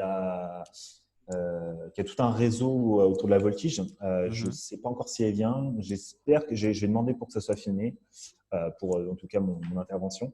mhm. Euh, je vais essayer d'avoir ça. Je ne sais pas encore si ça va être fait, mais ouais, j'essaie de faire ça. Et Donc, puis, bien sûr, je communiquerai bien sûr de tout ça pendant cette expérience euh, donc, raison de plus pour te suivre sur sur ton Instagram. Insta, comme ça il y aura tout, ils vont suivre comment est-ce que tu arrives Exact. là-bas, les différents acteurs, les autres acteurs, tes potes, les Ouais. autres métiers qui sont mis en Euh, avant.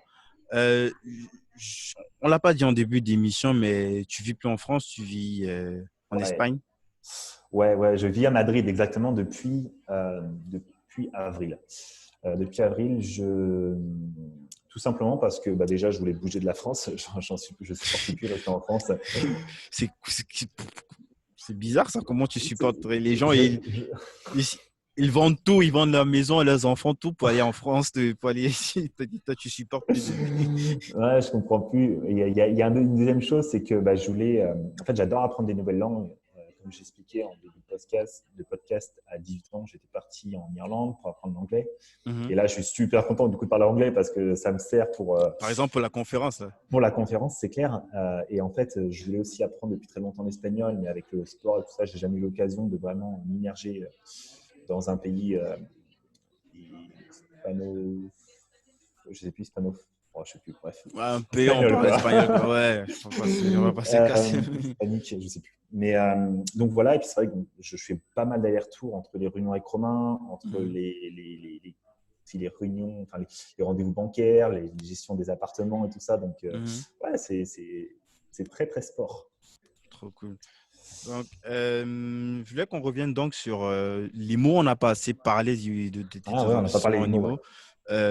C'est vrai qu'à la période où tu étais encore voltigeur en équipe nationale, tu as fait Ouais, quelques investissements, deux investissements ouais, j'ai acheté. rentables. Je pense qu'à l'époque où Ouais, on était dans le mastermind, tu disais que ben, en parallèle, quand même, tu as quelques rounds, ça devait être un truc comme, je sais pas, 500, 600 balles, je me rappelle plus trop, mais du moins, s'il par y avait quelque appartement, ouais. chose ouais, ça te rapportait déjà un petit peu de cash.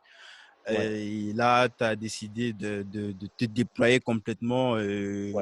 en entreprise. En plus, là, tu n'investis plus en nom propre. Ouais, j'achète en SCI. Alors, pratiquement, Mm. pour expliquer, le premier, on est. Déjà, peut-être tu peux nous parler de c'est quoi ta stratégie globale? Qu'est-ce que tu veux pour toi l'immobilier?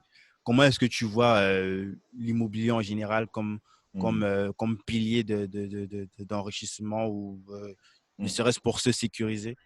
Ouais, moi, ce que je vois, c'est que l'immobilier, c'est, à mon sens, une des choses qui est extrêmement simple. Alors, simple, je prends avec des Ouais, guillemets parce qu'il y a beaucoup de travail entre derrière, guillemets. mais Et aussi dans la zone, quoi. Peut-être en France, là où c'est entre guillemets facile d'avoir des ouais, crédits IMO. c'est clair. En fait, ce Ouais. qui est assez dingue, c'est que bah, déjà en France, il y a partout dans toute la France, il y a des super opportunités de faire du business. Et aujourd'hui, ce qui est assez dingue, c'est au niveau des crédits. Les taux de crédit sont extrêmement bas. On peut emprunter à 110%, parfois sans apport. C'est vraiment un. Aujourd'hui, on peut très facilement investir en France. Je ne connais pas encore comment ça se passe ailleurs, mais je pense que dans les mois et années à venir, j'irai voir un peu ce qui se passe ailleurs. Mais au niveau de ma stratégie, j'ai commencé effectivement à faire de l'achat pour mettre en location, en colocation, parce que je suis pour la multiplication des sources de revenus. Donc, effectivement, j'ai acheté le premier appartement ouais, en fin 2016 qui me génère, je crois, 500-600 tous les mois, une fois tout payé. Parce qu'on a 1440 de loyer pour 617 de crédit, plus les charges, etc. Il me reste 500-600. J'ai acheté la même chose un mois, enfin un copier-coller du premier un an plus tard. Donc on est sur deux, donc on est quasiment On est à dans quelle région 1100. là? À Nantes ou À côté de Nantes, ouais, c'est ça, à Ok. côté de Nantes. Non, Nantes même, pardon. Nantes même. Et on est ouais, sur du 1000, ouais, il y a à peu près 1100 qui tombent tous les mois. Et bah, après, il y a eu différents projets, le e-commerce, etc. Je n'ai pas eu le temps vraiment de me pencher dessus. Et là, je suis vraiment dans la phase où j'y vais pleine balle. Est-ce que tu as Dans le mis les sens- deux apparts en gestion ou c'est toi qui fais tout? Non. Ah ouais, alors en fait, justement, tout est géré. Enfin, tout est géré. Je m'en occupe, mais tout est processé, tout est système. Enfin, j'ai tout délégué. J'ai une personne qui s'occupe effectivement de la partie créer les baux, etc. J'ai une personne qui vient pour les visites quand il y a une personne qui change, pour faire l'état des lieux, etc. Donc, j'ai Mhm, vraiment une équipe là qui est en place. mhm. Donc, non, c'est délégué à ma manière. En fait, c'est je Ouais, c'est pas une m'occupe. entreprise de Ah, gestion standard non, ça, qui c'est quelqu'un à qui tu as ou certaines personnes à qui tu as délégué en dessinant déjà les process ouais, en amont et puis ils ont juste à appliquer ce que tu as mis en place, quoi. exact. Ouais, j'ai bien délégué. Bah, ça me coûte moins cher. J'ai une meilleure rentabilité et j'ai une meilleure tranquillité d'esprit, quoi. Mhm. Donc Excellent. voilà. Et donc là, pour en venir à ce qui se passe aujourd'hui, là, on est sur ouais, 5-6 biens, sur 5-6 achats que je suis en train d'acheter en même temps. Mhm. Là, il y a 3 compromis signés. En plus, on est sur des biens avec des plus gros revenus. On va être sur entre 2500 et 3000 euros de loyer. Je parle de hors crédit. Mhm. Donc, avec les crédits, on sera à peu près sur du 1000-1200 euros restant Ouais. une fois tout payé. Donc, imaginons effectivement ça fois 5-6, donc ça fait des revenus Avec les passifs charges compris.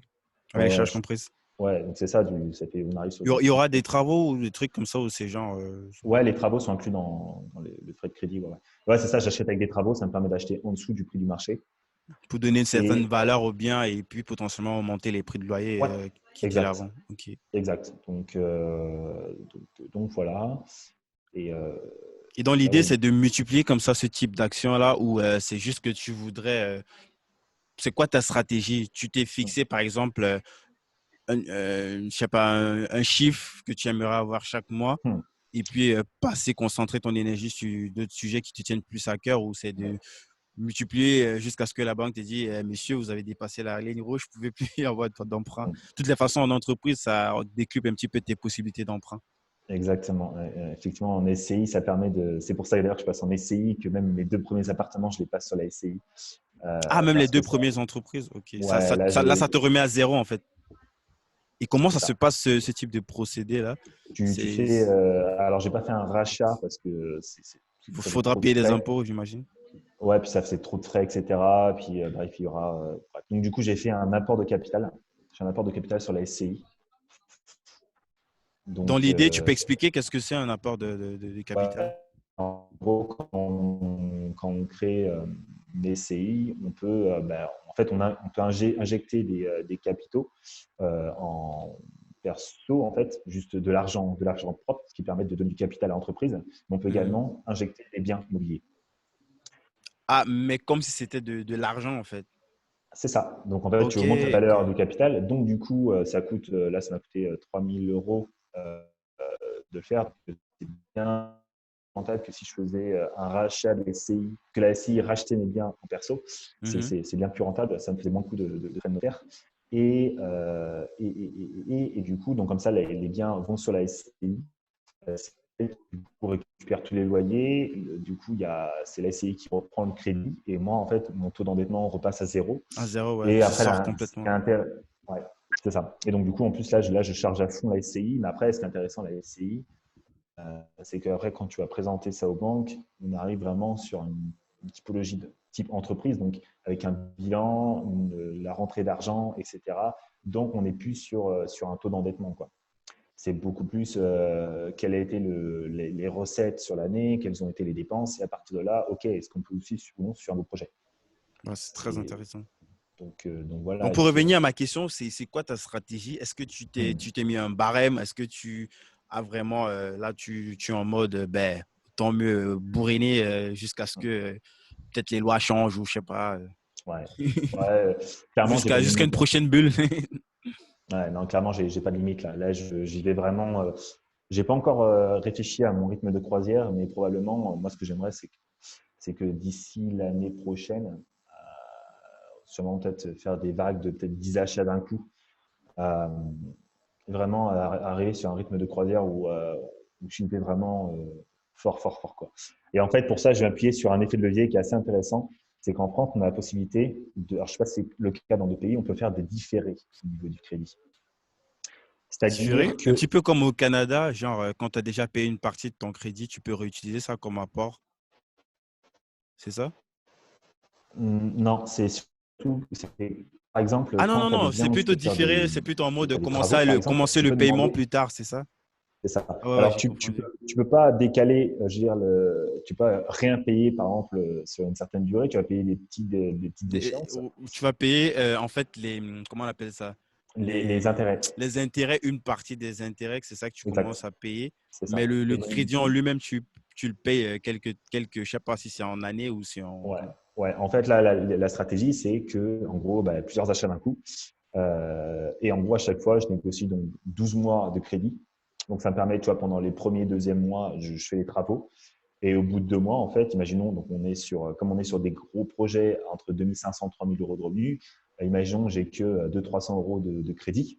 Mhm. Ça veut dire que pendant 10 mois, tu touches 2000-2500 de loyer. Donc, imaginons que tu fais ça sur 5-6 biens.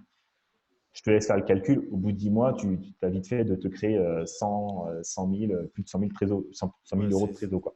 c'est vraiment pas Donc, mal. c'est un effet de levier qui est juste énorme. Et ce qui est intéressant, c'est que 10 mois après, tu retournes voir les banques et tu leur dis bonjour, messieurs, dames, j'aimerais faire un nouveau crédit. J'ai 150 000 euros sur la SCI. Est-ce que vous me suivez? Ils vont dire il y a plus de chances qu'ils disent oui. Et là, je Ouais. reprends la même stratégie et je leur dis on fait un différé sur 12 mois et rebelote, quoi. Mhm. Ouais, c'est très, très intéressant ça. Et puis, est-ce que c'est un sujet est-ce que ça te fait vibrer? Est-ce que c'est un sujet sur lequel tu penses que tu pourrais aider d'autres personnes ou non, tu préfères juste faire tes trucs et puis créer ton patrimoine et puis être focus plus sur des sujets qui te donnent, qui te font Bah, plus vibrer, quoi. ouais, non, moi, ça m'intéresse pas de coacher des gens là-dessus. Après, je peux donner des conseils comme je fais là. Moi, je m'en fous. J'ai rien à proposer derrière, je veux dire, sur la stratégie ou autre. Enfin, j'ai pas envie de monétiser ça, quoi. Moi, c'est plus un patrimoine perso. Mais ce qui est assez intéressant aussi, c'est, je pense, ça peut inspirer des gens, les personnes qui peuvent dire, je peux pas gérer plein de projets en même temps. C'est que j'arrive en fait à gérer ma gestion mentale, en fait, l'importance que je donne aux choses, de manière à pouvoir me concentrer que sur chaque projet à la fois.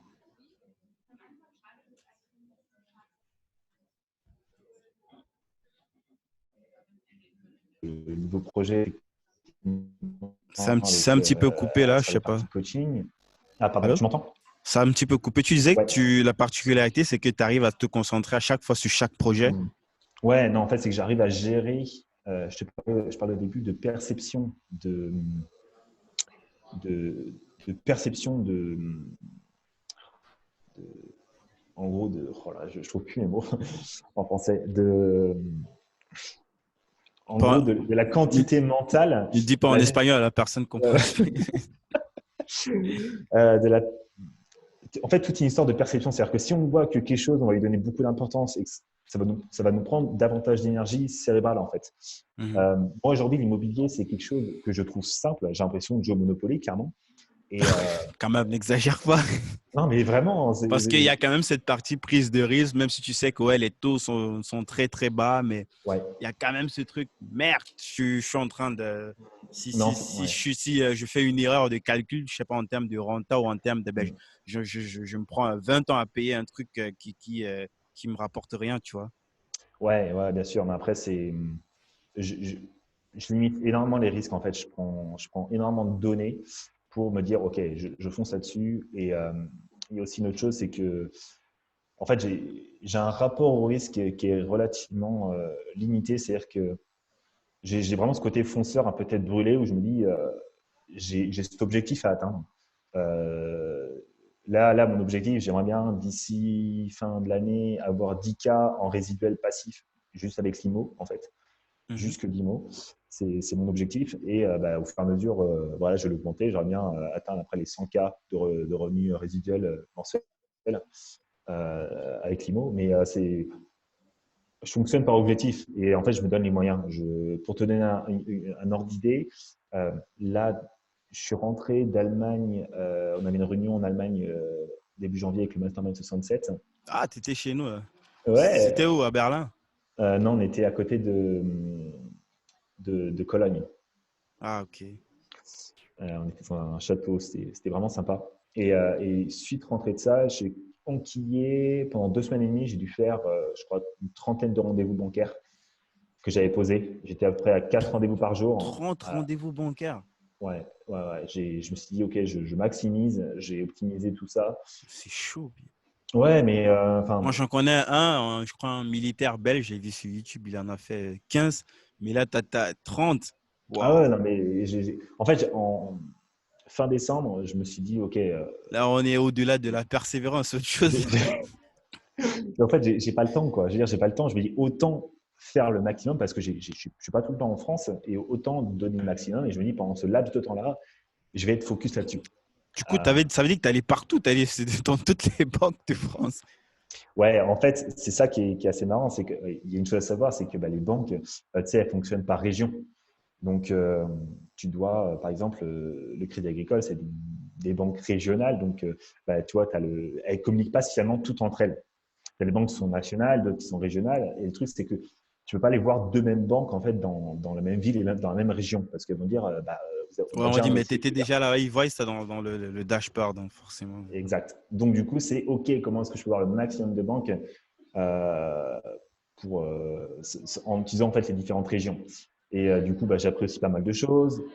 Et aussi, j'ai monté des histoires de. On va pas Ouais, entrer dans les détails là parce qu'il y a ouais, encore mais plein de, il y a plein de sujets qui sont encore en cours et peut-être ouais. dans les prochains mois, tu vas réutiliser les mêmes tactiques. Donc. Ouais, Mais ok, ouais, sinon, ouais, il y a ouais. ton Instagram qu'on va mettre en off pour ceux qui veulent, ceux qui veulent creuser les trucs. Ouais, ouais. Ok, top. Dis-moi, c'est quoi aujourd'hui la suite? Pour Hmm, toi, c'est quoi ton 2020, Vivien 2020? hmm, ok. Euh, 2020, là, j'ai vraiment l'envie de structurer encore plus cette partie développement, coaching, optimisation. J'ai envie de m'entourer de personnes. Je parlais même, tu vois, d'optimisation au sein même de l'entreprise. J'aimerais bien recruter même, tu vois, un développeur, quelque chose comme ça, en fait, qui va créer même des scripts spécifiques pour créer des automatisations même, tu vois, juste pour l'entreprise et vraiment d'avoir une agence spécifique pour ça. Il y a la partie conférence aussi qui va se développer de plus en plus. Je sais que fin mars, je vais intervenir auprès d'une cliente de l'incubateur parce que cette personne-là a du mal en fait à faire passer à l'action en fait ses clientes. Tu vois, elles ont des pensées limitantes, etc. Donc là, en fait, je vais intervenir là-dessus pour les aider à passer à l'action, leur donner Mhm. des outils pour actionner. On va traiter effectivement même des peurs communes, etc. Donc, aujourd'hui, il y a des coachs qui vont coacher d'autres coachs, en fait, mais aujourd'hui, comme j'expliquais, on arrive vraiment dans le high value et le high impact, vraiment dans les business et ce qu'on apporte à nos clients. Et parfois, en fait, on peut se sentir démuni de comment est-ce que je peux donner plus de résultats à mes clients. Mhm. Et c'est aussi là-dessus en fait, que j'interviens dans les coachings que je fais parce qu'aujourd'hui, il y a personne là-dessus. C'est vraiment en mode, je vais t'apprendre à plus vendre, mais derrière, il n'y a personne qui t'explique comment donner plus de résultats à tes clients en fait. Comment est-ce que tu peux optimiser tous tes process pour que tes clients ils soient plus engagés, ils fidélisent plus, qu'ils aient plus de résultats. Enfin, il y a plein de choses en fait à prendre en compte là-dedans. Donc, je vais intervenir fin mars là-dessus. Il y a d'autres conférences qui vont arriver en avril. Enfin, il y a beaucoup de choses. 2020, c'est un peu tout ça. Euh, et il y a un autre projet aussi qui me tient à cœur. Bon, non, je ne vais pas en parler. En fait, je garde l'idée parce que bon, c'est encore en stade de… Bref. Ouais, je vais être un petit peu brutal au niveau de la promo. Sinon, il y a la page Insta, Vivien, VCH, où vous pouvez poser des questions en thread pour savoir ce qu'il garde pour lui. Et comment est-ce que toi, tu visualises tout ça d'ici 5 ans, 10 ans? Est-ce que, genre, ça sera plus un Vivien en mode manager général de plusieurs petites micro-boîtes ou alors plus, ouais, tu as fait ton beurre et tu vas sur une île paradisiaque quelque part et puis… Ouais, bon, en fait, je vais parler de ça. Ça, c'est vraiment quelque chose qui me tient à cœur et en fait, ça me rend fou. Je t'expliquais de voir des gens qui s'empêchent en fait de vivre la vie qu'ils ont envie de vivre. Et, euh, et c'est pour ça, en fait, je vais mettre en place quelque chose de plus grand public pour donner l'opportunité à n'importe qui en fait de pouvoir accéder à de la préparation mentale. En fait, une sorte de training mindset au quotidien, euh, mais physique. C'est-à-dire que développer ça vraiment je vais commencer en fait dans toute la France et ensuite à l'international.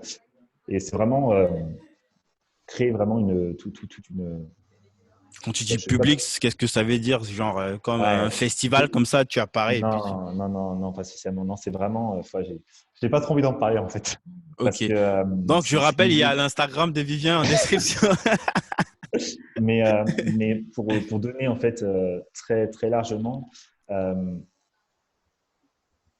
j'aime bien me challenger en fait sur les limites Hmm. qu'on a et les limites que j'ai. Et quand je te parlais, tu me demandais si j'ai des limites par rapport à l'immobilier. J'ai pas de limites. Moi, je veux montrer que même tu vois, si j'ai des difficultés, etc., qu'il y a des problématiques. Ben, t'as pas de là, c'est clair que t'as pas de limite. Aller voir 30 banques là, forcément, t'as pas de limite là. Il n'y a pas de limite et c'est assez marrant parce que tu vois, je te parlais tu vois, j'ai eu un de mes locataires qui me disait ouais, il y a ça à faire, il y a des travaux à faire dans la maison, enfin dans l'appartement, etc. Et en fait, c'est marrant parce que ce genre de choses, il y a des personnes qui pourraient se dire putain, c'est trop la merde, fait chier, c'est de devoir dépenser. Mais en réalité, c'est l'opportunité pour moi de me dire ok, là, il y a une faille dans le système. Mhm. Ce n'est plus à moi de gérer ça. Il faut vraiment que j'ai quelqu'un sur place qui puisse gérer au niveau des travaux, qui a un suivi. Et en fait, c'est ok, comment on optimise tout ça? Parce que je te parlais que j'avais posé une question que si tu visualises avec 10 fois plus de clients, mais moi, c'est la même chose. Si je me visualise avec 10 fois plus d'appartements, quel est le premier truc qui a pété? Et en fait, ça me permet vraiment de me rendre compte où est la faille dans le système et qu'est-ce que je peux structurer dès aujourd'hui pour me permettre en fait de scaler en fait. D'anticiper déjà pour ce qui va arriver Exactement. après, quoi. Parce que ouais, tout est systématisé et il n'y a pas de limite en fait. Moi, ce que je veux, c'est vraiment donner la possibilité à un maximum de personnes de pouvoir développer leur business, mais pas juste avec des belles paroles, des choses comme ça, mais avec des vrais outils Concrètement, qui, quoi. concrètement, ouais, Yes. voilà, c'est ma vision. Yes. Vivien, avant qu'on ne se sépare, j'ai encore quelques questions. Je sais que ça fait Ouais, déjà très très longtemps qu'on je s'y ne sais pas quelle heure il est, mais ouais, est. ouais génial. Vas-y, continue, moi, ça m'éclate. Ben, dis-moi, euh, comment est-ce que tu progresses aujourd'hui? Hmm. Alors, qu'est-ce que tu dis par progresser? Comment est-ce que Qu'est-ce que tu tu entends là? ressens que ben, là, en 2019, j'étais à ce stade et là, nous sommes en 2020, je suis à ce stade. Je suis passé par ça, et ça veut dire quelque part, il y a tel élément qui me permettent peut-être d'évoluer. Pour certaines personnes, ça peut être du sport, pour d'autres, ça peut être des bouquins, pour d'autres, ça peut être de la méditation, pour d'autres, ça peut être, je sais pas, comme moi, par exemple, d'écouter des podcasts. Je sais que c'est comme ça que c'est essentiellement comme ça que j'évolue parce que je suis au minimum entre 3 heures et 4 heures d'écoute par jour de podcasts sur différents segments, sur différents sujets. Et j'aimerais savoir sur toi, quelles sont tes grosses influences sur lesquelles tu ressens que ben, c'est vraiment sur ça qu'il y a du 80-20, c'est ça qui te fait euh, Mm. croître comme ça très rapidement Ouais. sur le temps. Ouais. Je pense que il n'y a pas de secret, c'est le passage à l'action. Mais avant de passer à l'action, j'ai besoin en fait d'avoir un visu total de là où je vais. C'est-à-dire que je me forme pas si concrètement je ne sais pas où est-ce que je veux aller. Euh, Par exemple, je sais que je veux développer telle chose et que je n'ai pas les connaissances. Je vais me former massivement pendant une semaine, 2 semaines là-dessus. Et ensuite, je vais implémenter. Et je vais implémenter. Et en fait, ça me donne un effet de boost juste énorme. Puisqu'en fait, c'est ça, j'apprends, j'agis. Et c'est à ce moment-là que je vois vraiment que j'évolue. Et que ça me permet derrière bon, après, j'évolue, j'apprends, j'impacte. Et ensuite, je délègue, j'automatise. Ça me permet ensuite de décharger le focus et la charge mentale que je mets sur ce nouveau projet ou ces nouvelles choses à apprendre, puisque c'est quelque chose d'acquis, pour me concentrer sur le nouvel objectif. Et tu vois, aujourd'hui, c'est pour ça que je peux parler de projets comme ça sur l'immobilier avec des montants à plusieurs millions d'euros. Parce qu'aujourd'hui, ça me fait un patrimoine à plusieurs millions d'euros. Ouais, ouais, Et, ça reste ta responsabilité, entre guillemets, ça reste la responsabilité de la SCI parce que vu que tout ça passe en entreprise. ouais, mais ça reste mon euh, arrière, quoi. ouais, ouais, je veux dire, c'est juste pour que les gens comprennent que ben, si demain il y a eu, ça part en vrille, on va pas forcément venir rembourser en utilisant tes propres, enfin, Si, des trucs. la SCI, ici. Ah bon? Ouais. Je pensais que c'était justement l'avantage de passer en société. La SCI, c'est la même chose. Je suis actionnaire majoritaire, c'est une couille, c'est moi, c'est moi. Mais Putain, comme t'es je dans, suis. t'es dans la merde, man. Non, je Non. blague, je rigole, ça va bien se passer. Et Mais en ce que je fait, voulais dire, ouais, en fait, c'est que, ben, ça, je savais pas. Putain. ouais, en fait, si je t'expliquais, j'ai un rapport en fait avec la peur et le risque qui est assez. Enfin, quand je parlais de auto-hacking, c'est que tu m'aurais dit ça. Enfin, moi d'aujourd'hui, j'aurais parlé au Vivien il y a 3 ans, mais il m'aurait dit, mais mec, t'es complètement fou, quoi. J'avais, j'avais fait le premier crédit, on était à 140 000 euros, et là, je suis sur des crédits à 350 000 euros, quoi. Donc, Mm. 350, 400. Et j'ai aucune. Ça me fait même pas peur, c'est même pas des chiffres qui me font peur, parce qu'en fait, j'ai complètement auto-hacké, j'ai modifié en fait ma perception de la valeur, et en fait, c'est un risque que je suis prêt à prendre. C'est-à-dire qu'à partir du moment que je suis complètement OK avec les risques à encourir, c'est-à-dire que même si demain je perds tout, je reviens le jeu en valet à chandelle. Je suis prêt, Yes. vraiment, c'est un peu. Je coule les bateaux, quoi. C'est que j'ai ça à atteindre et je mets tout en place pour que ça se passe bien. Mais si ça se passe mal, j'aurais testé et j'aurais aucun regret, Ouais. peu importe ce qui se passe. Je reste conscient de cette éventualité que ben, ça peut ne Bien pas sûr, fonctionner, mais au moins, il y a tu mets tout en place pour que ça se passe bien, quoi. c'est ça. Est-ce que c'est quoi tes outils comme ça? Est-ce que tu as des trucs comme ça, des petits trucs avec lesquels tout le temps tu fricotes, des petits outils, Slack, je sais pas. Ouais, ouais, bah, alors, ouais. Avec Romain, c'est vrai qu'on utilise beaucoup de choses avec l'équipe. Effectivement, communication au quotidien, c'est sur Slack. On utilise un outil qui s'appelle Asana. Donc, Asana, ça a été créé un cofondateur de Facebook. Mhm. C'est un outil, un logiciel de gestion de projet. Et c'est ce que j'utilise au quotidien pour faire des rappels des tâches. C'est-à-dire qu'en fait, on crée des tâches, on peut les créer des tâches par projet et on met la date, on met l'heure, etc. Et ce qui permet en fait au quotidien, en fait, Et on tag les personnes aussi, comme ça chacun on peut sait. taguer effectivement pour travailler d'équipe. Par exemple, si on monte un event, on va se dire, OK, un tel s'occupe du design, l'autre de la vidéo. Et en fait, on assigne les tasks aux personnes. Mhm. Et ça permet voilà, Intéressant. De ouais. suivre, de vraiment suivre les projets. J'utilise un truc un petit peu presque pareil, mais bon, ça Ça s'appelle s'appelle Trello. comment? Trello, Ah oui, Trello. ouais, ouais, ouais. Ouais. Et Et ce qui est cool, c'est non, que tu peux interconnecter aussi d'autres outils comme ça, même exact. ton CRM, donc c'est vraiment cool. Ouais, CRM, donc on utilise Airtable pour ça. Et après, bah, tout est connecté via Zapier avec d'autres choses, d'autres process. Enfin, Hmm. Ouais, C'est top. une vraie machine de guerre, quoi. Yes. Alors, Vivien, ce podcast s'appelle Débrouillard. C'est quoi pour toi un Ouais. débrouillard? Un débrouillard, c'est quelqu'un qui… Ça, c'est une excellente question. Un débrouillard, je pense pour moi que c'est quelqu'un qui a un rêve, qui a un objectif et qui va se donner tous les moyens avec les outils, les outils qu'il a à sa disposition pour réussir. Excellent. Merci beaucoup, Vivien, pour ce Mais je t'en prie. partage. Ben, moi j'ai beaucoup aimé, surtout le sujet. Le sujet m'intéressait beaucoup. Cette partie neurosciences, PNL, Mm. je pense que ça va intéresser plein de monde aussi. Donc, pour ceux qui sont arrivés jusque-là, merci déjà. Et la meilleure façon, comme vous le savez, de me soutenir, c'est de partager de force. Allez, prenez les téléphones de vos potes, de vos amis et inscrivez-les de force à ce podcast. Inscrivez-vous à ma newsletter aussi. Je partage plein de contenu sur ce podcast, sur mon deuxième podcast 10 000 codeurs aussi, et les articles et les bouquins que je lis. Euh, Merci encore à tout le monde. Merci Vivien et à très vite. Merci à vous et merci Guy. Au revoir.